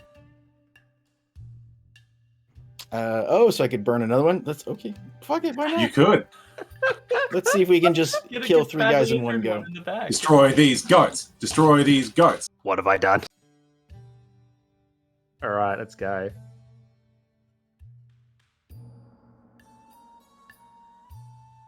Can you get a critical? That'd be amazing. There you go.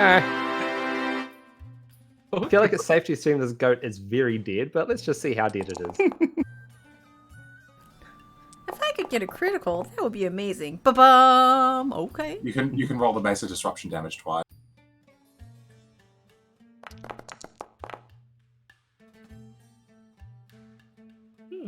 20 points. Ah! Oh, it doesn't. No, it rolls a They got a 9. critical. I just, Philip, I'm using the div roll. I'm just gonna let you keep going. Alright, div rolled, made it roll a 9. It's a 9. Is it dead? Yeah, it just, once again, you hit it, and it fucking disintegrates into nothingness. So, yeah, Phil, you just blasted like half the goats in one turn. Look at you go. Damn boy. Solgrim The just fucking execute- watching while his soul teleports around, just fucking unmaking the cars run. My goodness, Mr. Ice Tank. I know. We need to stop you. No. From 0 to hero, just like that. The execute on Mesa Disruption is paying dividends.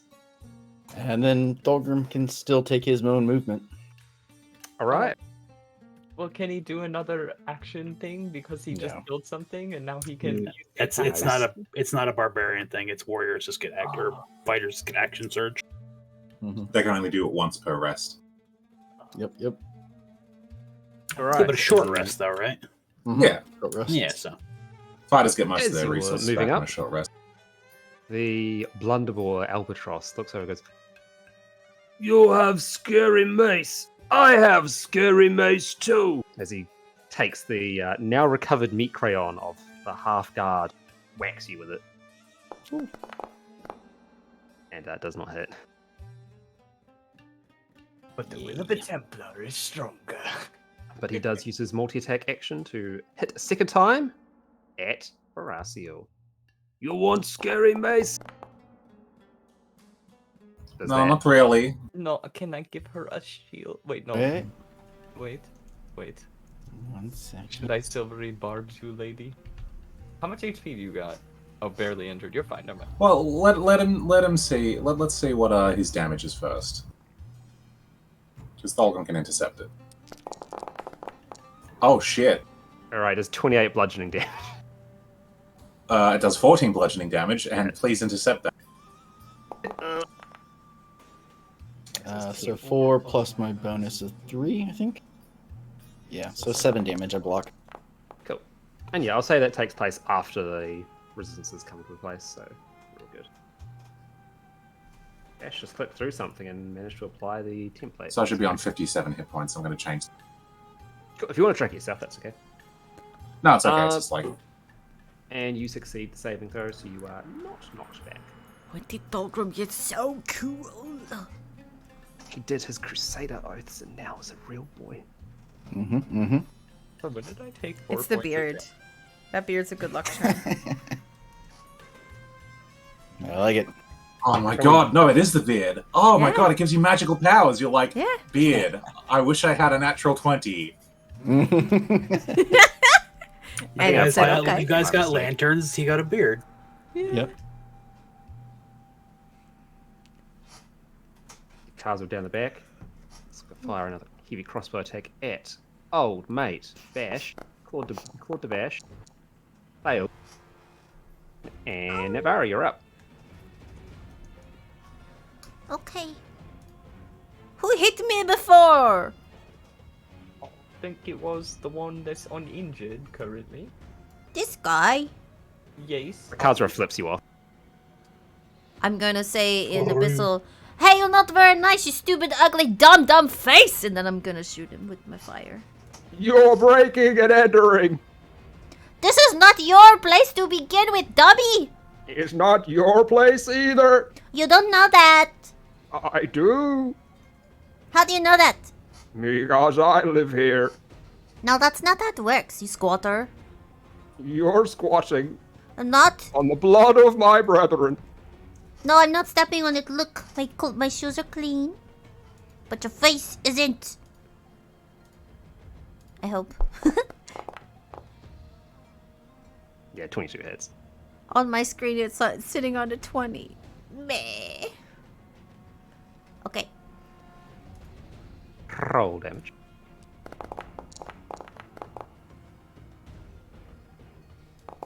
$14.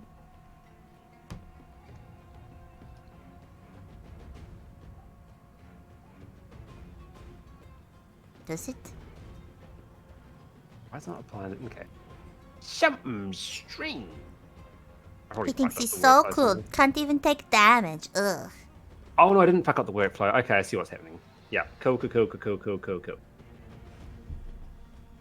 You see, as the firebolt like goes to hit it, it doesn't seem to move at all. Like it's just sitting there with its goatee grin on its face. But then as it gets hit, it seems visibly shocked. The fireball has caused it harm, or firebolt. I told her you're stupid. What magic is this? That's Brasil, right. you're up. It's fire magic. All right.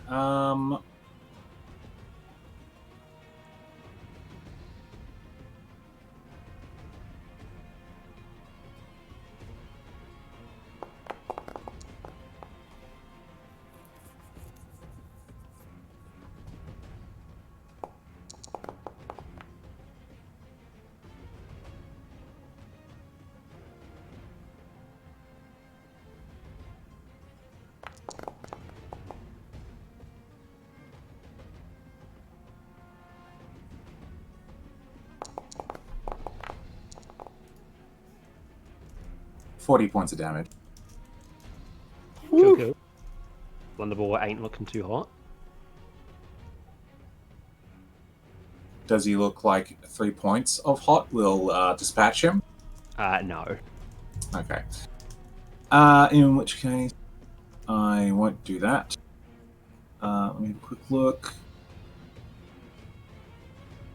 Due to your barbarianness, do you prefer not to have people near you? No, not really. I mean, like, you know, I have the Storm Aura, which lets me do a little bit of damage when I trigger it. It's not a big deal. Like, I would have, like, done it if I thought it would kill him, but it was highly unlikely. And, like, you know, like... Thulgrim's a badass. He can handle 3 points of fire damage. No. Oh, but you can't handle lightning damage. Okay, No, I'm assuming I that a 22 will hit you. can't. You Yes. don't want 31 points of damage from friendly fire? No. What if I give you shield to raise your AC? No. And Do you have can't anything cast else shield you're on doing? other people. Do you have anything else you're doing this turn, Brasil? No, sorry. Cool. Cloud! It's Cloud. my turn. I would like to use my signature spell. Okay. Magic Missile. Annoyance? Annoyance. Wow. Magic Missile. Wait, can I cast that with advantage? It doesn't have an attack roll. Friday. It just hits. Oh. It's one of the only spells in the game that is a guaranteed hit. I like that. So, at what level are you casting it? First level. Okay, cool. So, Just normal. roll the damage on who you're hitting the blunderball. Okay, so it's 2, 3. Yep. Let's see it. No, you get 3 darts, so you roll that 3 times. Roll it 3 times. That's it. 3 times, not 2 times. That's it. 3, 2, 2. I don't know how much is it. That's 8. 7. What? 7. 8. Right. My Yep. mistake. I wrote it 7. as 3, 2, 3. How does he get 3 darts? Because the spell gives you 3 darts. Is he dead? Why doesn't So- Thulgrim get 4 darts? okay. Yeah, magic missile. You create 3 glowing darts of magical force. Each dart hits a creature of your choice that you can see within range. A dart does 1d4 plus 1 force damage to its target. Gotcha. Cool. Melky, you're up. After getting pegged with a heavy crossbow bolt. He's gonna try to peg back. Alright. Peg away. And whom's are you hitting?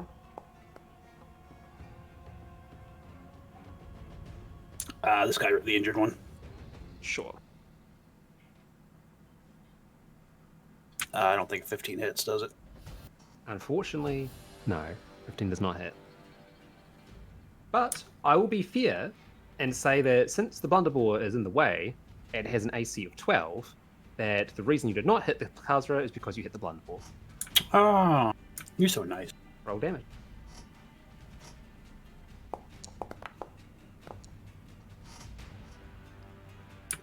$23 damage. Woo! Wow, Maki is such a good shot. I missed.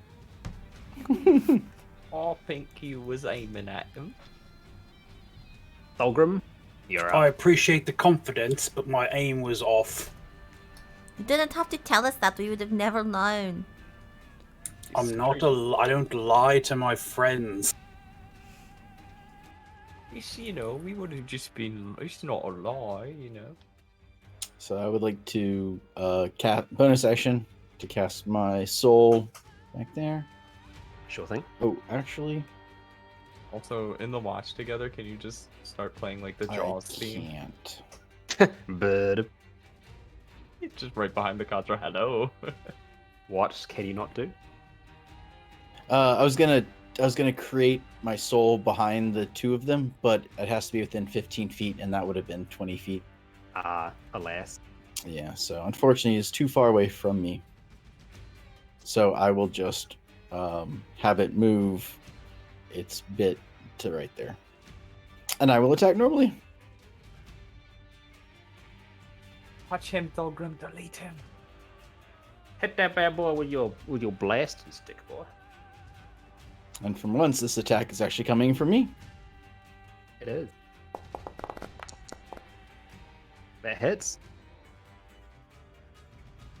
Did he delete it? 6. Do I still? Is it a? This one isn't a fiend, right? No, it is not a fiend. So only 9. Describe how you kill it. Woo! Get so much help. Then yeah, so he steps up and sort of like weighs the mace in his hand, and then just lets loose with a I don't know, like an uppercut. And if the thing's big, it probably only hits him in like the stomach, since he's a dwarf. But that sends a shockwave up through its stomach, and the radiant damage just sort of travels all the way up and then blows out the top of his chest. And he crumbles to the ground with a large thud and then falls backwards.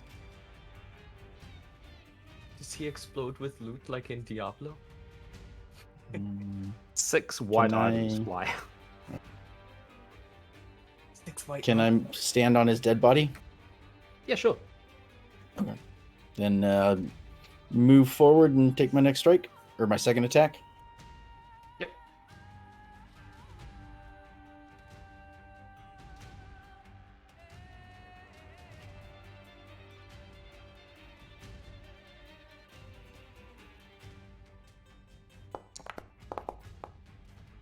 $14. Which I don't think is enough. No, 14 is unfortunately not enough. Okay. That's all I can do. I'm going to move him into this for now, just so I can see. Since you're right in the casual's face, they are going to fight viciously to the death. Oh yeah, that hits.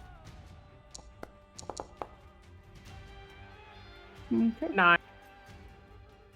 9 points of damage. Also hits. Can... 7. Oh.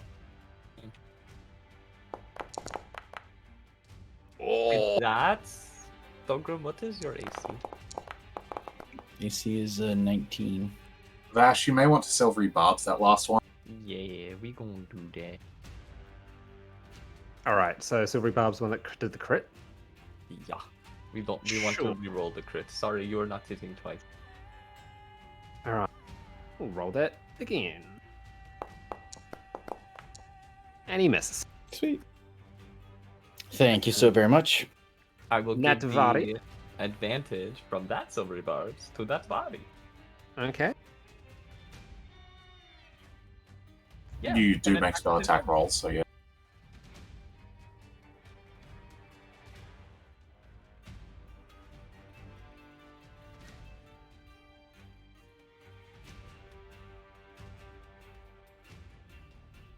Make sure you make it with advantage.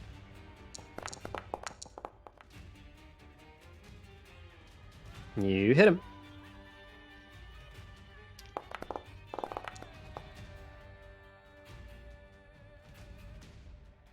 Cool.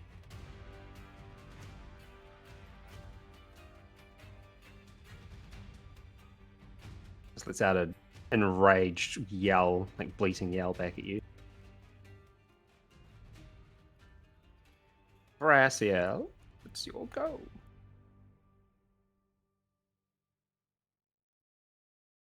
All right, and we'll move up here.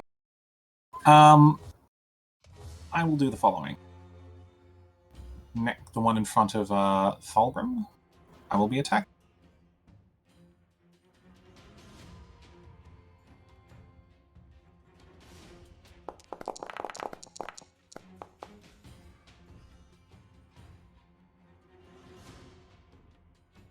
Well, 20 will certainly hit. And that'll kill it. Okay, cool. So, next what I'm doing is the following. I'm going to make an athletics check to knock this guy prone. I do so with advantage. He makes a contested athletics check. Okay.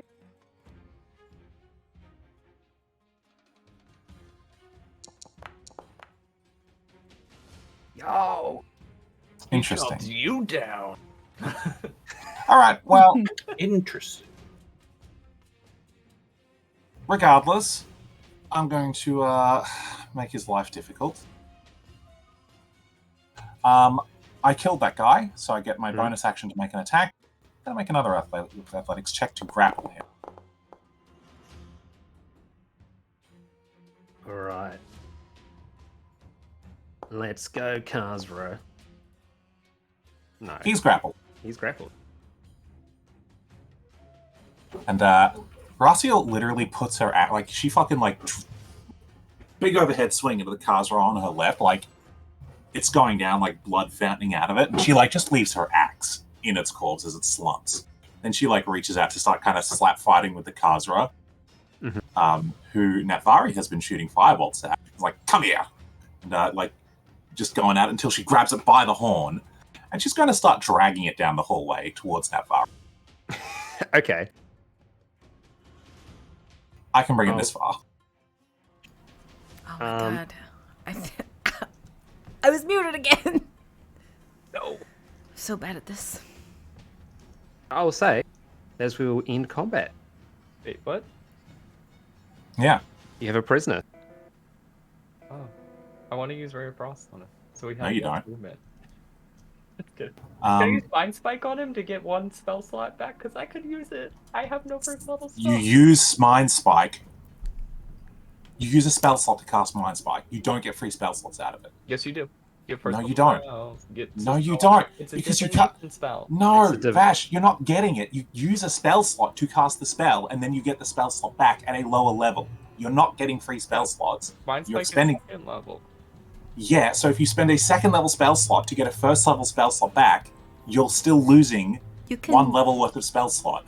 cast your level 1 spells at level 2 and it makes them stronger. So if you want to cast a level 1 spell, you still can. Like, So if you want to cast Silvery Barbs at level 2, you can. Yeah, you can always upcast your spells, but you can't downcast. Yeah, so it's a net loss. Yeah, exactly. Mind Spike does. There's a whole thing. I'll do it to later. You'll see, and then you'll. I know what you're thinking. I'm telling you, it's not working the way you think it's going to work. How are you casting Mind Spike for free? You don't. He's not. He's saying if he casts Mind Spike, then he can get a free cast of Silvery Barbs afterwards, that sort of thing. Because the Mind first level Spike spell, you get spell, a first spell level slot spell turns slot, into a spell. and then you upcast Mind Spike at third level, and you get second level. So then you can cast what? Mind Spike again, and then you can do that forever. But you can cast Mind Spike using the third level spell slot. I mean, not Mind Spike, Silvery Barbs. Yes, but you Though- still spend if you cast Mind Spike and Silvery Barbs, basically using that one second level spell slot, you get them both rather than just. I know, but what I'm saying is, if he wants to use Mind Spike, like I'm not saying it's a bad deal. If you cast Mind Spike and get spell slots back from it, great. But if you use it now, when we could just kill it normally, you're not getting a benefit out of it. Yeah, that is true. You're not You could save it for your next round of combat to use Mind Spike and then get. Regardless, Gracia literally just ignores everyone and she drags the Khazra down to Natvari. Oi. And she will throw the Khazra at her feet and step on its head. Yeah. Hello, welcome to this end of the hallway where you like to shoot things. Now apologize to my sister. Go fuck yourself. She starts putting like ground pressure on the Khazra's head. It groans in pain. Now you're going to apologize. Mean to the goat. Just either kill it. It's kind of mean. Yeah, no, Claude. This is between the goat and my sister and I. Apologize to my sister. Give us an intimidation roll. Okay. You poor Khazra. He's just a goat man. He doesn't know. It does not seem swayed by your actions. It seems very insistent on being belligerent. Did you tell him that you are the gods of the underworld? Well, no, that would be a lie. Well, I am an immortal goddess, but it's not like just because I am from the underworld, it does not mean I. Okay, listen, you're making some very hurtful, generalizations right now, Mr. Dr. Claude Dubois. I'm more mean. Why do I have your accent? What? I'm all mean. You should, be like, you attacked, queen or whatever. And then they'll be like, oh, I am so sorry, my queen. I will kiss your shoes. You can hear you saying this stuff, Also, while I'm they're waiting for talking- my apology, goat man. Why should I? Because you're a very mean guy and you shot me. You killed my brethren. You don't know They that. attacked us first. You broke into our home. No, this isn't your home. Why? Actually, Okay. she didn't kill any of you goatmen. In fact, it was Mr. Thorgrim who banished your goatmen into existence. So, Are you gonna execute the goat man, Castus? Yes, while they're crushing his head and arguing, Malky just sends an arrow into its throat. Yeah, I won't get you to roll damage. I'll say that just kills him. Marquise misses with a 17. Marquise, I was not done with that. I'm aware of that, but you're just playing with your food now. We have work to do. There are plenty more demons to kill and to be upset about. I'm sure many more of them will try to kill us, and you can torture them later. You're right, but that was still rude. Malkis, I think you owe Natbari an apology now, really, because you killed the goat. So now you have to apologize for killing the goat, because he couldn't apologize. The goat was never going to apologize. It's a fun fact. I don't think you know that. Braziel's quite intimidating. Yes, she was literally crushing his skull What do you under mean I'm her intimidating? boot. Yep, She was crushing his skull I am under her beautiful boot. and welcoming. What People I'm saying love is, me. Malky walks away. Oh wait, Malky, grab the body with the pin off the I did already. from the giant. Oh, he was actually that's disgusting. He was carrying a guard that he was using as a Grab club. it. Can I? Whatever. I don't know what I get. Yeah, you get one of the insignias. It's very dirty, and you cannot really make out much as to what it was. This place is beforehand. pretty, expensive. So where are we going as a group, or are we kind of going our own directions? Well, Veracila's literally just following Natvari. I just went She sees around her the wandering off and corner. just... Yeah. I'll go with Malkis. He doesn't. We should all stay together. I just wanted to see if there's anything over there. I was going to go down the hallway that Malkis went down, but he's mean, so I went out of the way. No, he's just frustrated because, Malkis is like a goal-oriented and stuff.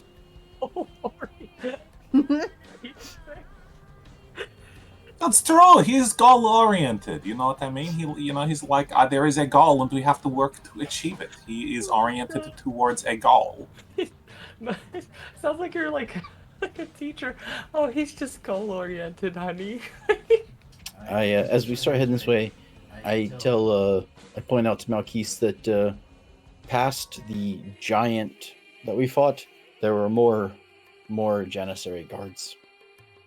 There also appears to be one at the end of this hallway, back to the north where the giant crashed through, but I think it's fitting to check side rooms for more stragglers so we don't get pincered later. Yeah, let's do it like we did in the Rogue Monastery. We go room by room, and hopefully nobody dies. I'll agree with that. Maki will put his ear to this door and listen, see if it's locked or if you can hear anything inside. Can I slip back to let Ross? Yeah. So, Give me a perception roll.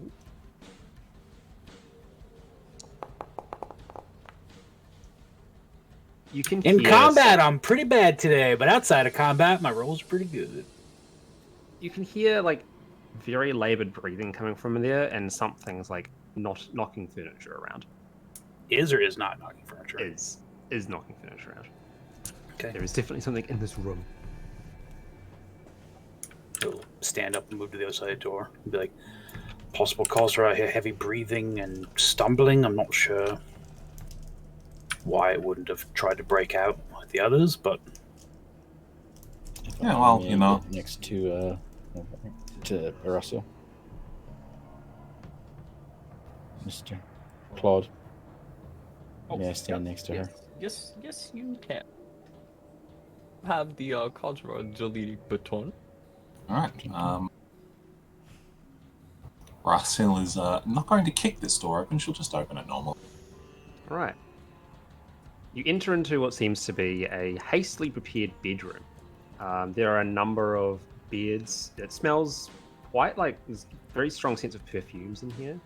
And you can tell that it's been lived in, but it looks like, judging by the fact that there's just carpets put down and the furniture is very mismatched, that this was done at very short notice.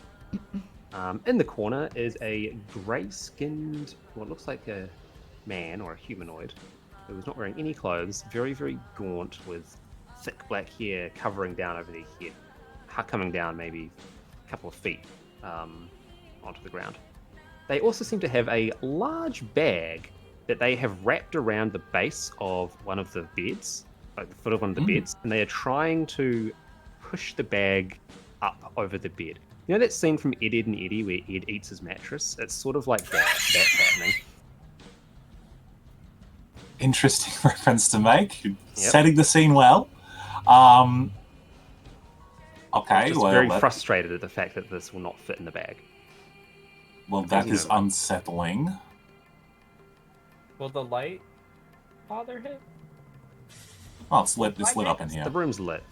Oh, okay. Hey, excuse me over there. And like turns its head, and you see these very like pale white eyes coming out from the massive hair. Just, what are you doing in my house, huh? Okay, why would you be trying to take beds out of your house? Because the bag is hungry. It needs to eat the bed so that it can grow to be big and strong, huh? Okay, just out of curiosity, what is in the bag apart from the mattress? I think it's the bag for holding. Well, the bed is in the bag, you see? and he like gestures over very slowly with very elongated fingers towards the bag. The bed is in the bag, and the bag needs to be within of the bed. So, and he gets up. You'd say, much like Bones, this fellow is incredibly long, and he's sort of just like wanders over towards you all. You need to help me put the bed in the bag. Come, you're a big, strong. You goes over to Thulgrim. You're a big, strong dwarven man. You got the strong hands. Yes. Come put the bed in the bag. Does the bed need to be one piece? The bed, it needs to be inside the bag. I do not know how much more complicated you need to make it. If you have two smaller beds. Malkis, what if you just return back to the post? What did she tell us to say? I'm not sure this man is Well, we could try. I mean, it might work. I am the bag man. I am here to put beds in bag, okay? Yes, not a janissary. Do you work in the palace? What palace are you talking about, huh? No! I serve a Lord Horizon. I bring him bags. Oh, Beds, okay. bags. Interesting. So you are a servant of Horizon. Horizon, yes. So are you like maybe some kind? Are you meant to be a person, like a human, maybe? What is wrong with you? What is wrong with all of you? Why you no help me put the bed inside the bag? Claude Dubois, do you still have this spell where you make things small? Oh, do not. God damn it, Claude Dubois. Okay, Goes back to Sorry, that was my bird friend. I do not need a spell to make the bed small. I just need extra big hands to move the bag. It's not that hard. Come, move the bag. Try and help him hold the bag. Oh my god, I can't. All right. Yeah. He moves over here. It's Takes the, hold of the bag. the bag. Like, can I look? Can I see if it's a bag of holding? Give me an investigation check or an Arcana check. Perception. Just. Whichever one you want. Oh, you know what? I'm gonna make it with advantage. On my silvery vibes. Yay. 5 and a 4. That's fine. It looks like that this. So looking around the bag, it seems normal at first glance. When you look on the other side of the bag, you notice that it has teeth and that it is breathing. I let go of the bag. What? No, you don't make you put it. You help me move the bag. That's the opposite. I kind of look at Veraciel, and he goes. He just kind of looks at her with a look that says, "Just drop this man, please." Just he's like, I mean, like he's. I see the look you are It's like giving me. alive, and it might eat us. So I would just say, push him over. He wants to feed the bed, not a person. Oh, I think it's a demon, and we should. He said he worked for Horizon. We need to learn things about Horizon. I'm thinking. You're like, Stop the mouth waving and start the bed waving, huh? So what happens? Like, just okay. Listen, let's focus on the bed and the feeding of the bed to the bag, or the vice versa. What happens when you have put all of the beds into the bag? Then The bag does not want all of the beds. It just wants this bed. what happens when you put that bed into the bag? You ask the bag what it wants, and the bag tells you. I am not the fortune teller. I am a bag man. But what if it wants to put us in the bag? What's Be a special? bed. What's special about the bed? The bed is what the bag chose. Okay. I'm not paid to ask the bag questions. I am paid to move to make the bag happy. Okay. Can I maybe do an Arcana check to see if I know what the fuck this bag is? sure. It's a demon bag. So, is the bag your master? What? No, it's a bag. What Why kind of are you stupid compelled people to- are you? Why No, are you I compelled do. to feed Why the are you bag then? compelled? Why are you compelled to put shoes on in the morning, huh? Because society expects you to. Society expects me to put the bag, the bed in the bag. What Okay, society are you from? Every person in this room Okay, you know what? expects everything but for you to put the bed in the bag. Can I take the fucking bag out of his hand? Can I just rip it No. out of his hand? The bag want to isn't in know. his hands. The bag is like wrapped around the entirety of the bedstand, like a wrapped sheet, like a fitted sheet, except it's around like the bottom of it as well. No, what does my Thorgrim will agent try tell and me? push the bed. What does Sure. the bed Michelle, do you know what a bag of devouring is? No. All right, well, you're about to find out. Okay, I can look it up. All right, well, a bag of devouring. Look that bad bitch up. Yeah, Thorgrim will try and shove the mattress into it. All right, give me a strength check. Strength check. Huh. 5. Okay. You can see why the bagman's asking for help. The bed does not seem to want to move in the slightest. So, You don't know anything about this bag other than it wants to eat the bed? I do what the bag tells me, eh? I do not know how else to put it. Okay, I'll just make sure. Just feed the bag. Feed the bag, you guys. And yet you just yelled at me about saying the bag was your master when you said you feed the bag. And I yell at you for that for not wearing shoes in pleasant company. To put the bag in the bed. Oh, he did say that he worked for Horizon, so he's just doing what Horizon wants, I guess. Okay. Horizon wants Can I beds. help try and Break the bed. Break the bed in half. Does he want half the bed? Like, can he take it in scraps, like when you cut a sandwich? He wants the bed. You want a sandwich bed? You want to sleep on half a bed? Do you? Huh? I mean, I slept on dirt before, it wasn't that bad. And then you are a peasant. The Horizon's not a peasant. not a Horizon peasant. needs a bed. Can I push him in the fucking bag? Is that calling me a peasant? The bag's mouth is currently wrapped around the bed, so at this point the bed is stuck in the bag.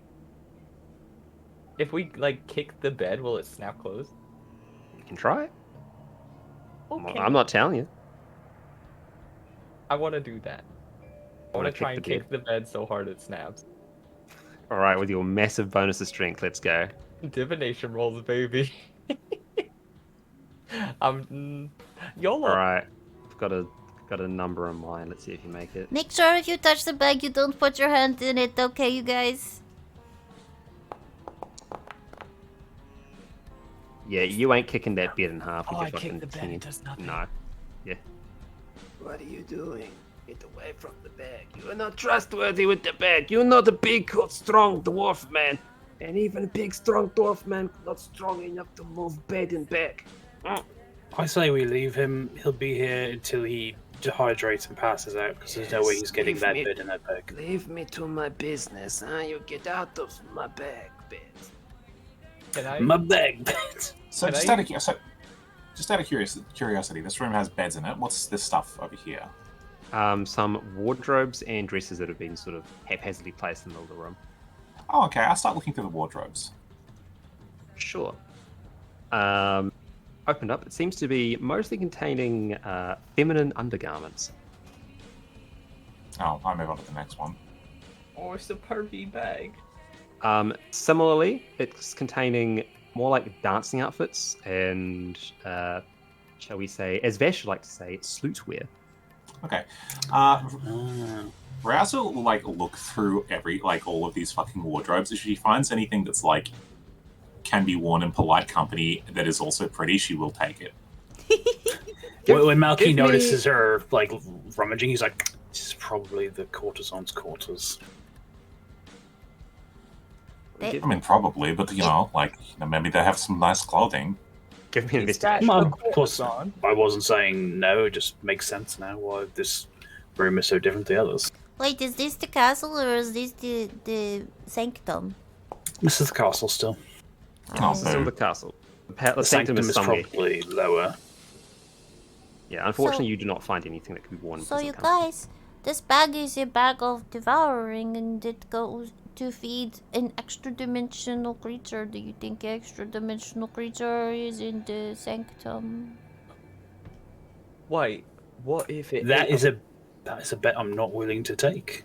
What if it ate one of the guards, and the guards was like, "I want a bed. I'm kind of tired." That's not what it is. It says it feeds something in another dimension, right? So what if it ate a person and put them in another dimension? This is basically the mouth of that creature, though. What? Well, then Yeah, why doesn't Horacio and Thulgrim just smash the bed, feed the damn bag? Because otherwise, what if it's somewhere, around? I think we should feed the bag so that the guy will help us. He probably knows stuff. I would also agree. Very well. Thulgrim Thulgrim looks at Veraciel and says, "Do you want to tag team this and try and fold this bed in half?" Okay, we will fold the bed. All right. Is it just the mattress, or does he want the whole bed? The bed frame as well. He just wrapped around the bed frame and everything. Well, there's your problem. You're trying to eat the frame and the mattress at the same time when you do one and then the other. Are you a bedologist? No.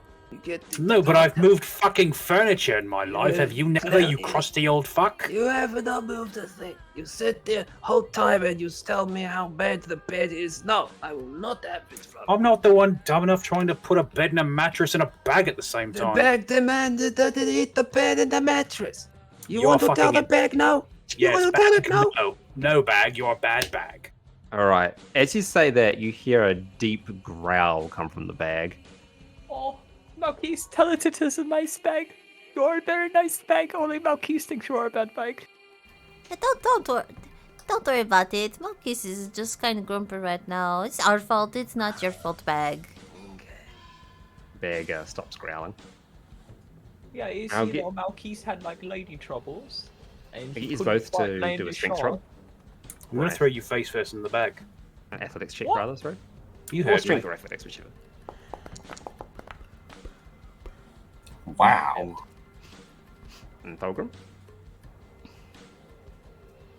And my unseen servant. There you help. go. Oh, cool. I was going to see how smoothly it goes is basically what this roll is for. And it goes quite smoothly. With the two of you, you manage to get the bed into the bag.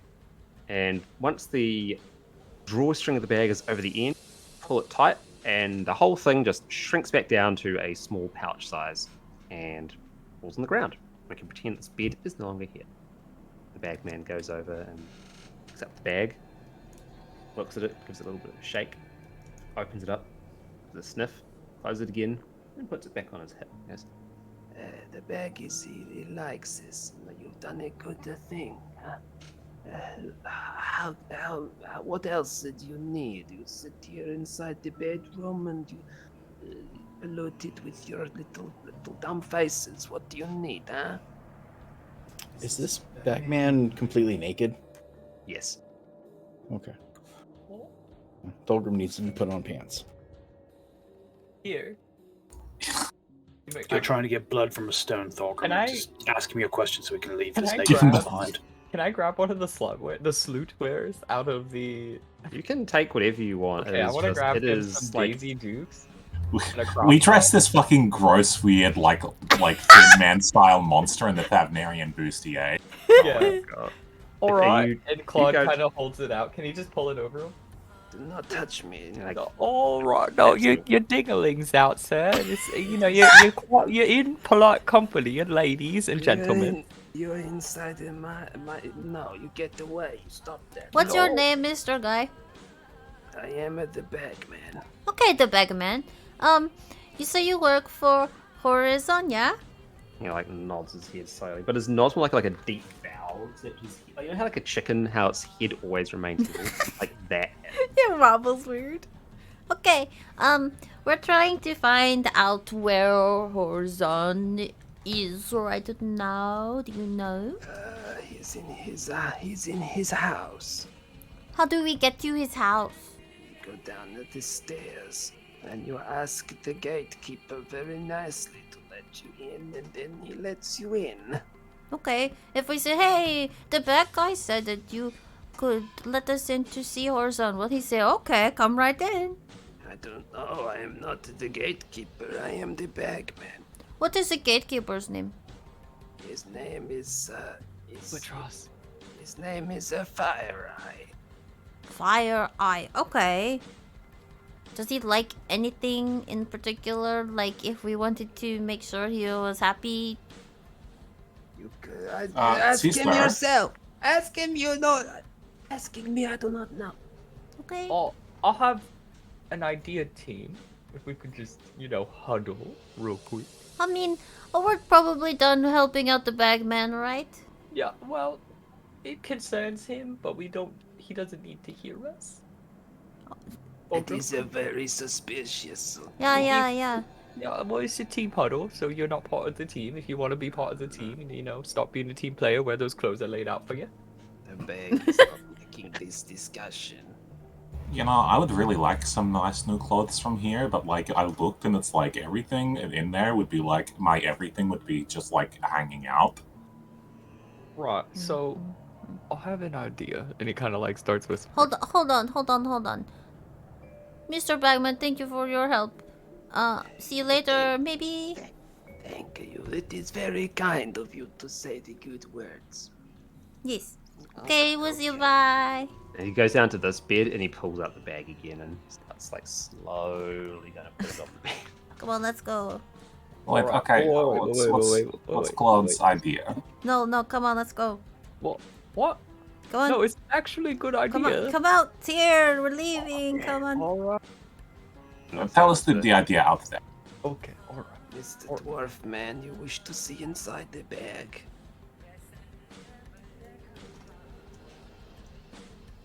Don't do it. You want to see inside the bag, Dwarf Man?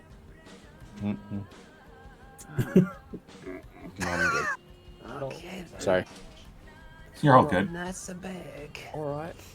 Here's my idea. Come on. Once they're odds. Once He's chasing you. Come on. Close the door. I say, yeah, once they're outside, Nucky definitely closes the door. Stand in the center, like Get this. out. We'll- Get we'll out. just put Dogrim's next to me. Come out of the door. Close it. Okay. Alright, it's closed. So, what if he said that the guard and he works for Horizon, right? And he knows the bag. See listing. Open. Look inside. Oh, okay, just say the idea. Like, you know, Whatever. that's the It preamble. doesn't matter because whatever. So if it doesn't work out, good for him, I suppose. But what I was thinking is we kind of like, him, and then one of us is like, I'm the bag man. I'll put the bed in the bag and goes to the gate, and let's, we just walk in. I don't That sounds think like a that's very necessary. convoluted plan. But we don't have the bag. But Malkeith. We don't need the bag. We have Horacio. The And I gatekeeper appreciate probably that. knows him. You know illusion spells. You could turn one of us into the bag, man. We just need the damn bag. No, I can't do that anymore. Why don't you just make an illusion of the bag too, then? Because you'd be able to tell if it's the real thing. It's a good plan, Claude Dubois, but I don't think it's going to work. Let's keep looking. I mean, Malkeith could do it. He could just strip on down, walk in. Hi, Oh, I'm my- Malkeith, the new bag man. Look at my long blonde hair. I got hot now. all Also, right, like, here's the bag. the Fire Eye, the name of the Fire Eye sounds familiar, yeah? Oh, Okay. does it? Does it not sound familiar to you? I don't know. Okay, well, I mean, maybe I'm just imagining things then. What is it familiar from? I don't know, except out of character when I will tell you that it was part of our backstory. Yeah. Yeah. So we're not swiping the bag? No, I mean, it's like an angry, hungry bag, and there's nothing good in there. It's that, not a like, good I would idea. No. feel like, I mean, let's go find the room where they have It's the like- classy courtesans, okay? Like the ones with the nice Yeah. clothes. It's like the bad version of the bag of holding. You can put your stuff in it, but if you reach in to get your stuff out, the bag might eat you also. Well, And what then if- once a day, there's a chance that it will also eat your stuff, so you don't want that. Well, what if we just threw it at people we don't like? Then the bag could just No, eat the them. waste of time. Let's go. Alright, I suppose. So if It's you very want, hard to if weaponize you want the bag, you go get it. I don't want to be anywhere near the growling bag with teeth. Also, I don't want to be weird, like near the weird naked grey man. He was not very And it attractive. peeks in and sees where you... Nope, not there. Okay. Alright. You know, like, Hear us plotting murder. I guess we're good.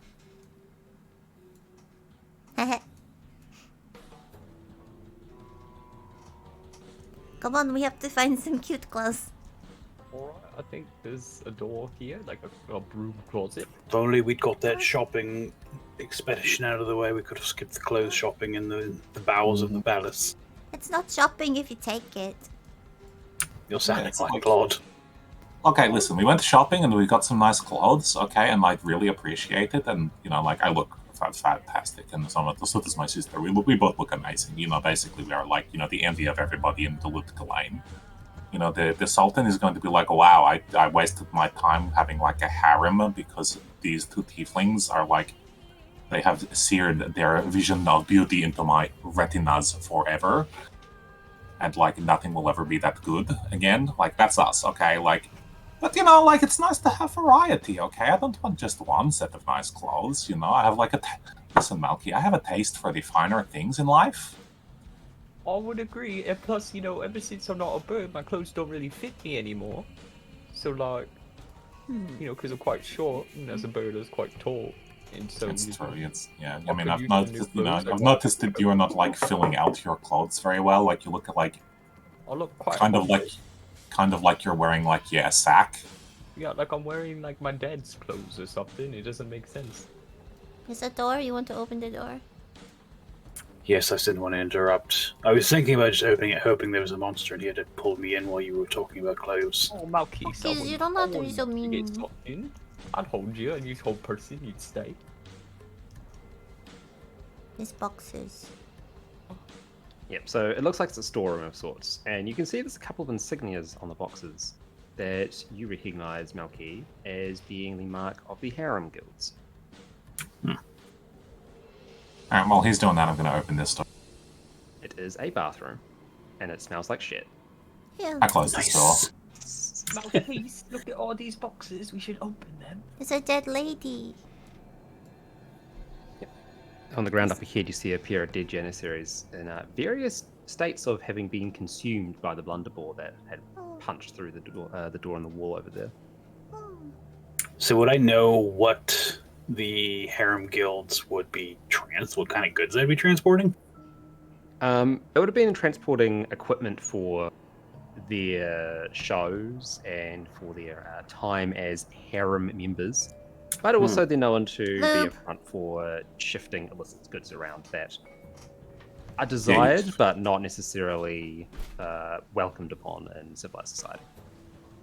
Malkis, I could, we could probably give that Bari that item I owe her. You look on to. What? You don't know any of that. I'm looking. Yeah, Malky like opens one of the things, and, like puts a feather boa on real quick, and just like continues to like sift through some things. Like, I'll be a minute. I'm just gonna see if there's anything useful here if you want to go. So Malky can wear nice clothing, but when we talk about it, he gets mad. Double standard. Who said he's keeping it? He just put it on while he's here. Who says you can't have one too? Is there more feather boas? Like we I just said, finally drove him crazy. Now it's nice being weird. Go help the girls. I will look through here and bring back something. Alright, can you give me a nice outfit? Just so you know. You can come back and dig through this later. Right now, I'm just going to get the thingies off these janissaries. Just like a fur coat or something, because I'm quite cold. I'm gonna leave the janissaries for other people to take the insignias from, because I'm just gonna forget. But yeah, after their Thulgrim and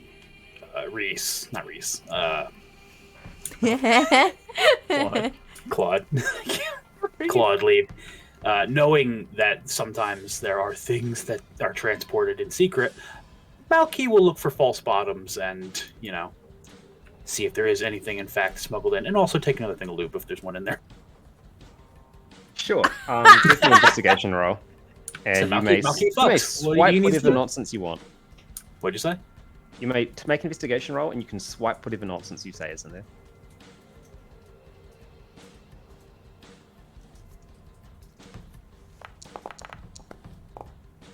He's like, just a minute, fucking closes the door, comes out again. Doesn't seem like he's taken anything, but underneath he's wearing like a full BDSM harness. Hell yeah. Do I need Just to instantly more relaxed. do I need to do a roll to get the thingies off these dudes? Nope, you can just grab them. Okay, two more doodles. You just take note of the color of the outfit you grabbed. Oh, yeah, tell me what color they are. Oh, what color was mine? Blue? Your one was blue as well, Ash.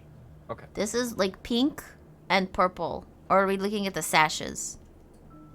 The outfits themselves. Okay, it was pink. Pink with the blue sash and purple with the red sash, I think. Pink is not a color on here. It's orange. I think it's orange. That's orange. Okay, that could be my flux. Probably Flux playing Yeah, earlier. it looks Orange orange. and a blue, you said? Yep. And a purple. Orange and purple. And the blue, I got a blue. So there's an orange with a blue sash and purple with a red sash. Okay. Yeah, it's 3 total, because I got one from the smashy guy. And then there's Oh. Oh, this looks nice. But also, like, there's nothing in here. So for you, also when you're rummaging around in those boxes, you find a false bottom. Wait, no, did you roll? Yeah, you did. Yeah, you find a false bottom, and in that false bottom there are 2 racks about 2 feet wide, that seem to be containing little pills. Drugs. Each one is like quite a bit of space between them. They're all in like little wooden containers, basically.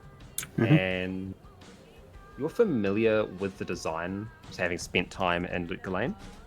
They are a magical bead that, when dropped into liquid, will transmute it into some other form of liquid.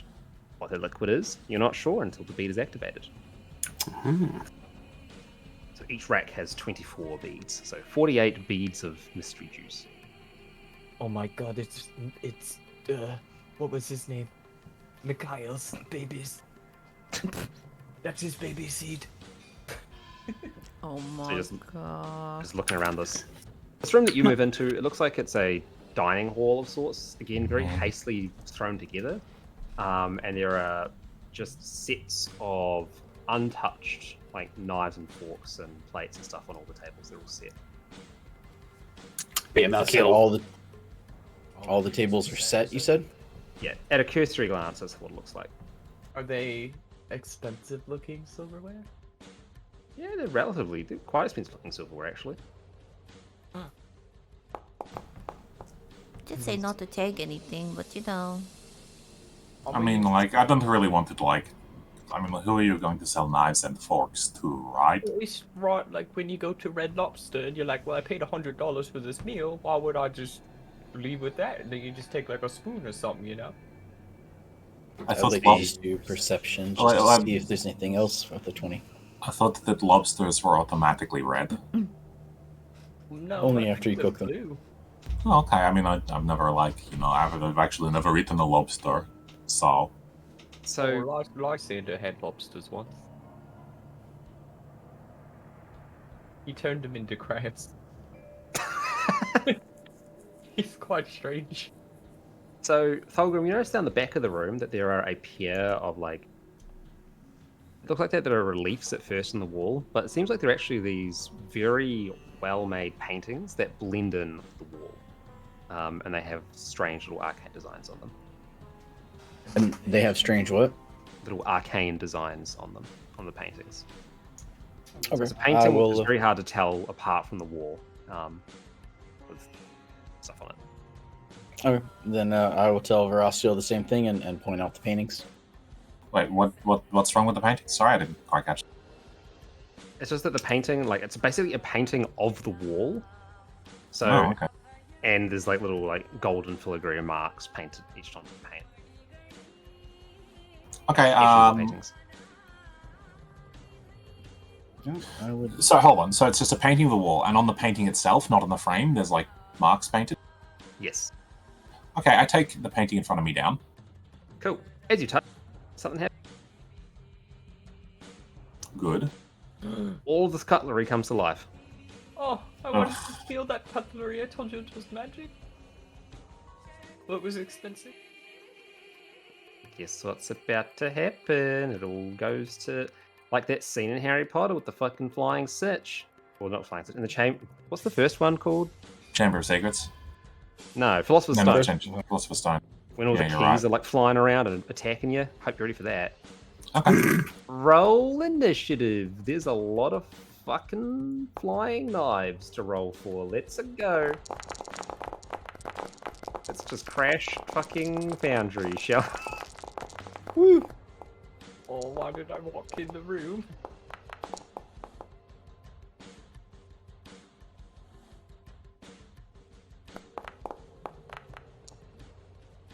I have a question. Sure. Could I, Mm-hmm. as the knife start to spring to life, use counter spell to just whoop all the knives? I'm gonna say And they all just start to Yeah. float, and it's like, no, no, no, and I shoot the painting, and they just bloop. I think counterspell is usually meant to be used against like someone actively casting a spell. Mhm. You're thinking of dispel magic. Oh, well, between the two of you, that means you got it covered. So, Wow, Michelle. the very end of the combat round. if you want to say that you use dispel magic at the start, we can see what it does. As everything comes to life. Okay. Because these knives aren't strong, but there's a lot of them.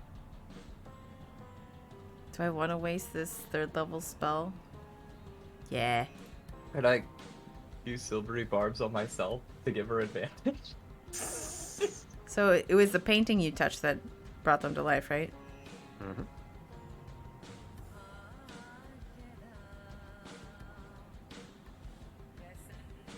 Okay. So the painting has to make an ability check? Link the spell in chat, please. Oh, I did. Yeah. You have to make an ability check. Okay. So you make a charisma check. Oh, and it's only if the spell is of 4th level or higher. So if the spell created the animated objects is 3rd level or lower, it automatically ends. Okay. All right. Well, yeah. You can just use the spell, and if you use the spell, then the knives will fall back down to the ground. Okay.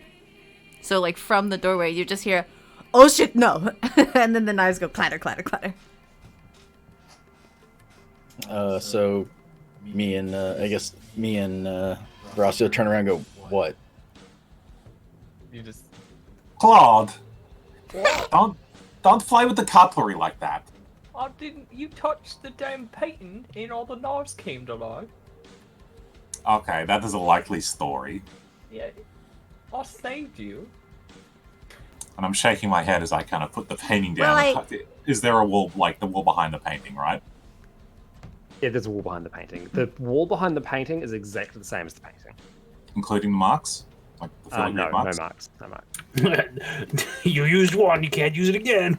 So, Navari was gonna be like, no, Claude actually isn't lying. The knives did come to life, but as soon as he's like, I saved you, she's like, yeah, Claude, don't lie. Oh yeah, you know, I'm not lying. You're right. Touch another painting, and then he kind of scatters. Anyway, and I'm gonna actually search the wall. I'm gonna like feel around the crevices where like on the painting they were filigreed, but in the wall they're not. I wouldn't touch another painting actually. What if the spoons come to life this time, or the forks? It doesn't seem. I'm not going to get a roll. It doesn't seem to be that there's anything there. Oh, okay. Horacio looks disappointed. But there are now a whole bunch of spoons on the ground. Okay, well, do you have any ideas, Thalgrim? Or do you think this is just like a trap that we have? But I will ask you to pick up your painting and put it over, put it over mine. And like we can kind of like look at one and look at the other, kind of like move, see if like the filigree overlaps in a way. Okay, I'll do that then. Do we see any, when the two paintings are sort of like overlapping, is there any kind of I guess like a language or words or yes, actually. images?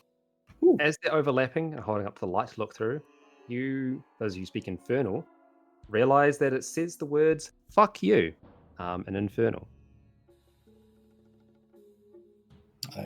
I speak Abyssal, so I don't know that. Well, that's rude. I guess whoever maybe the Khazra defaced these. I don't know. Okay, there's nothing here. Okay, well, can you push like the painting onto the other painting, like to sandwich them together? Yeah, I'll do that. Oh, they're sandwiched together. Well, you said there is other cutlery in this room. Yeah, well, the cutlery's all like clattered back down in a messy pile all across the room. So there's like knives and forks and spoons everywhere. Can I check the Okay. couches for lost? So I guess we don't want to pick up the last painting. I would not touch the painting. Do you have Okay. the spell to waste, Tolgrom? I mean, like, To be honest, it's like, what are we going to do with the painting anyway, right? Like, they said that they would. They told us not to take anything for the palace, and they said that they'd pay us, for bringing back the Janissary tokens. Like, I feel like if we steal from the palace, they're going to be like, then we're not going to pay you for the Janissary tokens. So, Yeah, unless it's like really cool and we can hide it, well, mayhaps in a monster bag, then... We don't need... I have a bag of holding, you... What? When? You really don't pay attention, do you? I bought one. Well, you just go on your little trips and you leave me. I had it when I came back with your Pearl of Power. You really don't pay attention unless somebody is specifically giving you something, do you? No. What? Malkeys? Oh. Speaking of things, did you find anything in those crates? I found some lube. He kind of like... Malkeys, there is a door here and it is locked. He blushes and goes, for us? He doesn't pay that any attention, Fox. Okay, so sorry. Is this the door? This is the door. Malkeys got lube for us. I don't know why. Give us a roll, please. Cool. Don't you know what the lube is for? Some fandangling, and the lock on the door pops open. And inside it, a bathroom. Alright, the toilet. As you step into the bath, do you step in? Do you step in? Oh no, I just wanted. Okay. I would look in. I would not step in. Sorry, I'm just like, because it's just one dark corner. I'm kind of. You want to fill up that map? Like, yeah, get you. Yes, I'm a complete. No, if someone else will step in, I will not prevent them. But unless like someone's like, "Hey, Verasi, will step in," just gonna like look in and be like, "Okay." It's a toilet. Nels closed the door. Hey, Verasi, step in. I got to be Do you see? the bag. Don't laugh at me, but do you see anything when you look inside? I see a seat. That's pretty much it. There's 2 seats. I guess like in case 2 different people wanted to go to the toilet together. That's weird. All right. He's in her toilets. You. I mean, I guess it's nice to have company while you're doing boring shit. I don't know. Boring shit. So boring shit. I will ask, looking at the time, how are people feeling in terms of time-wise, and run time and all that? I'm okay. I'm getting a little bit tired. Do you want to call it here? Because it'd be a good time for it. Yeah, if you don't mind. Cool. All right. No. I think we got 4 hours. 3. So that's a normal length of time. Oh yeah, 3 hours. Okay. There we go. You've started your venture deeper into the palace. The Oryx Manor is so new and renovated. No. Where is Countess Francia? Not here. Alright. It's time to say goodbye. Goodbye. Thank everybody for showing up. Thank you, Anton, for running a game. It was You're fun. welcome. I'm glad. See you next time. Bye-bye. Tune in tomorrow if anyone's interested for Teens with Attitude. Yes, teams with attitude, fun times. We gotta follow up with James about that. Yes, But you are James. I'm gonna paradox.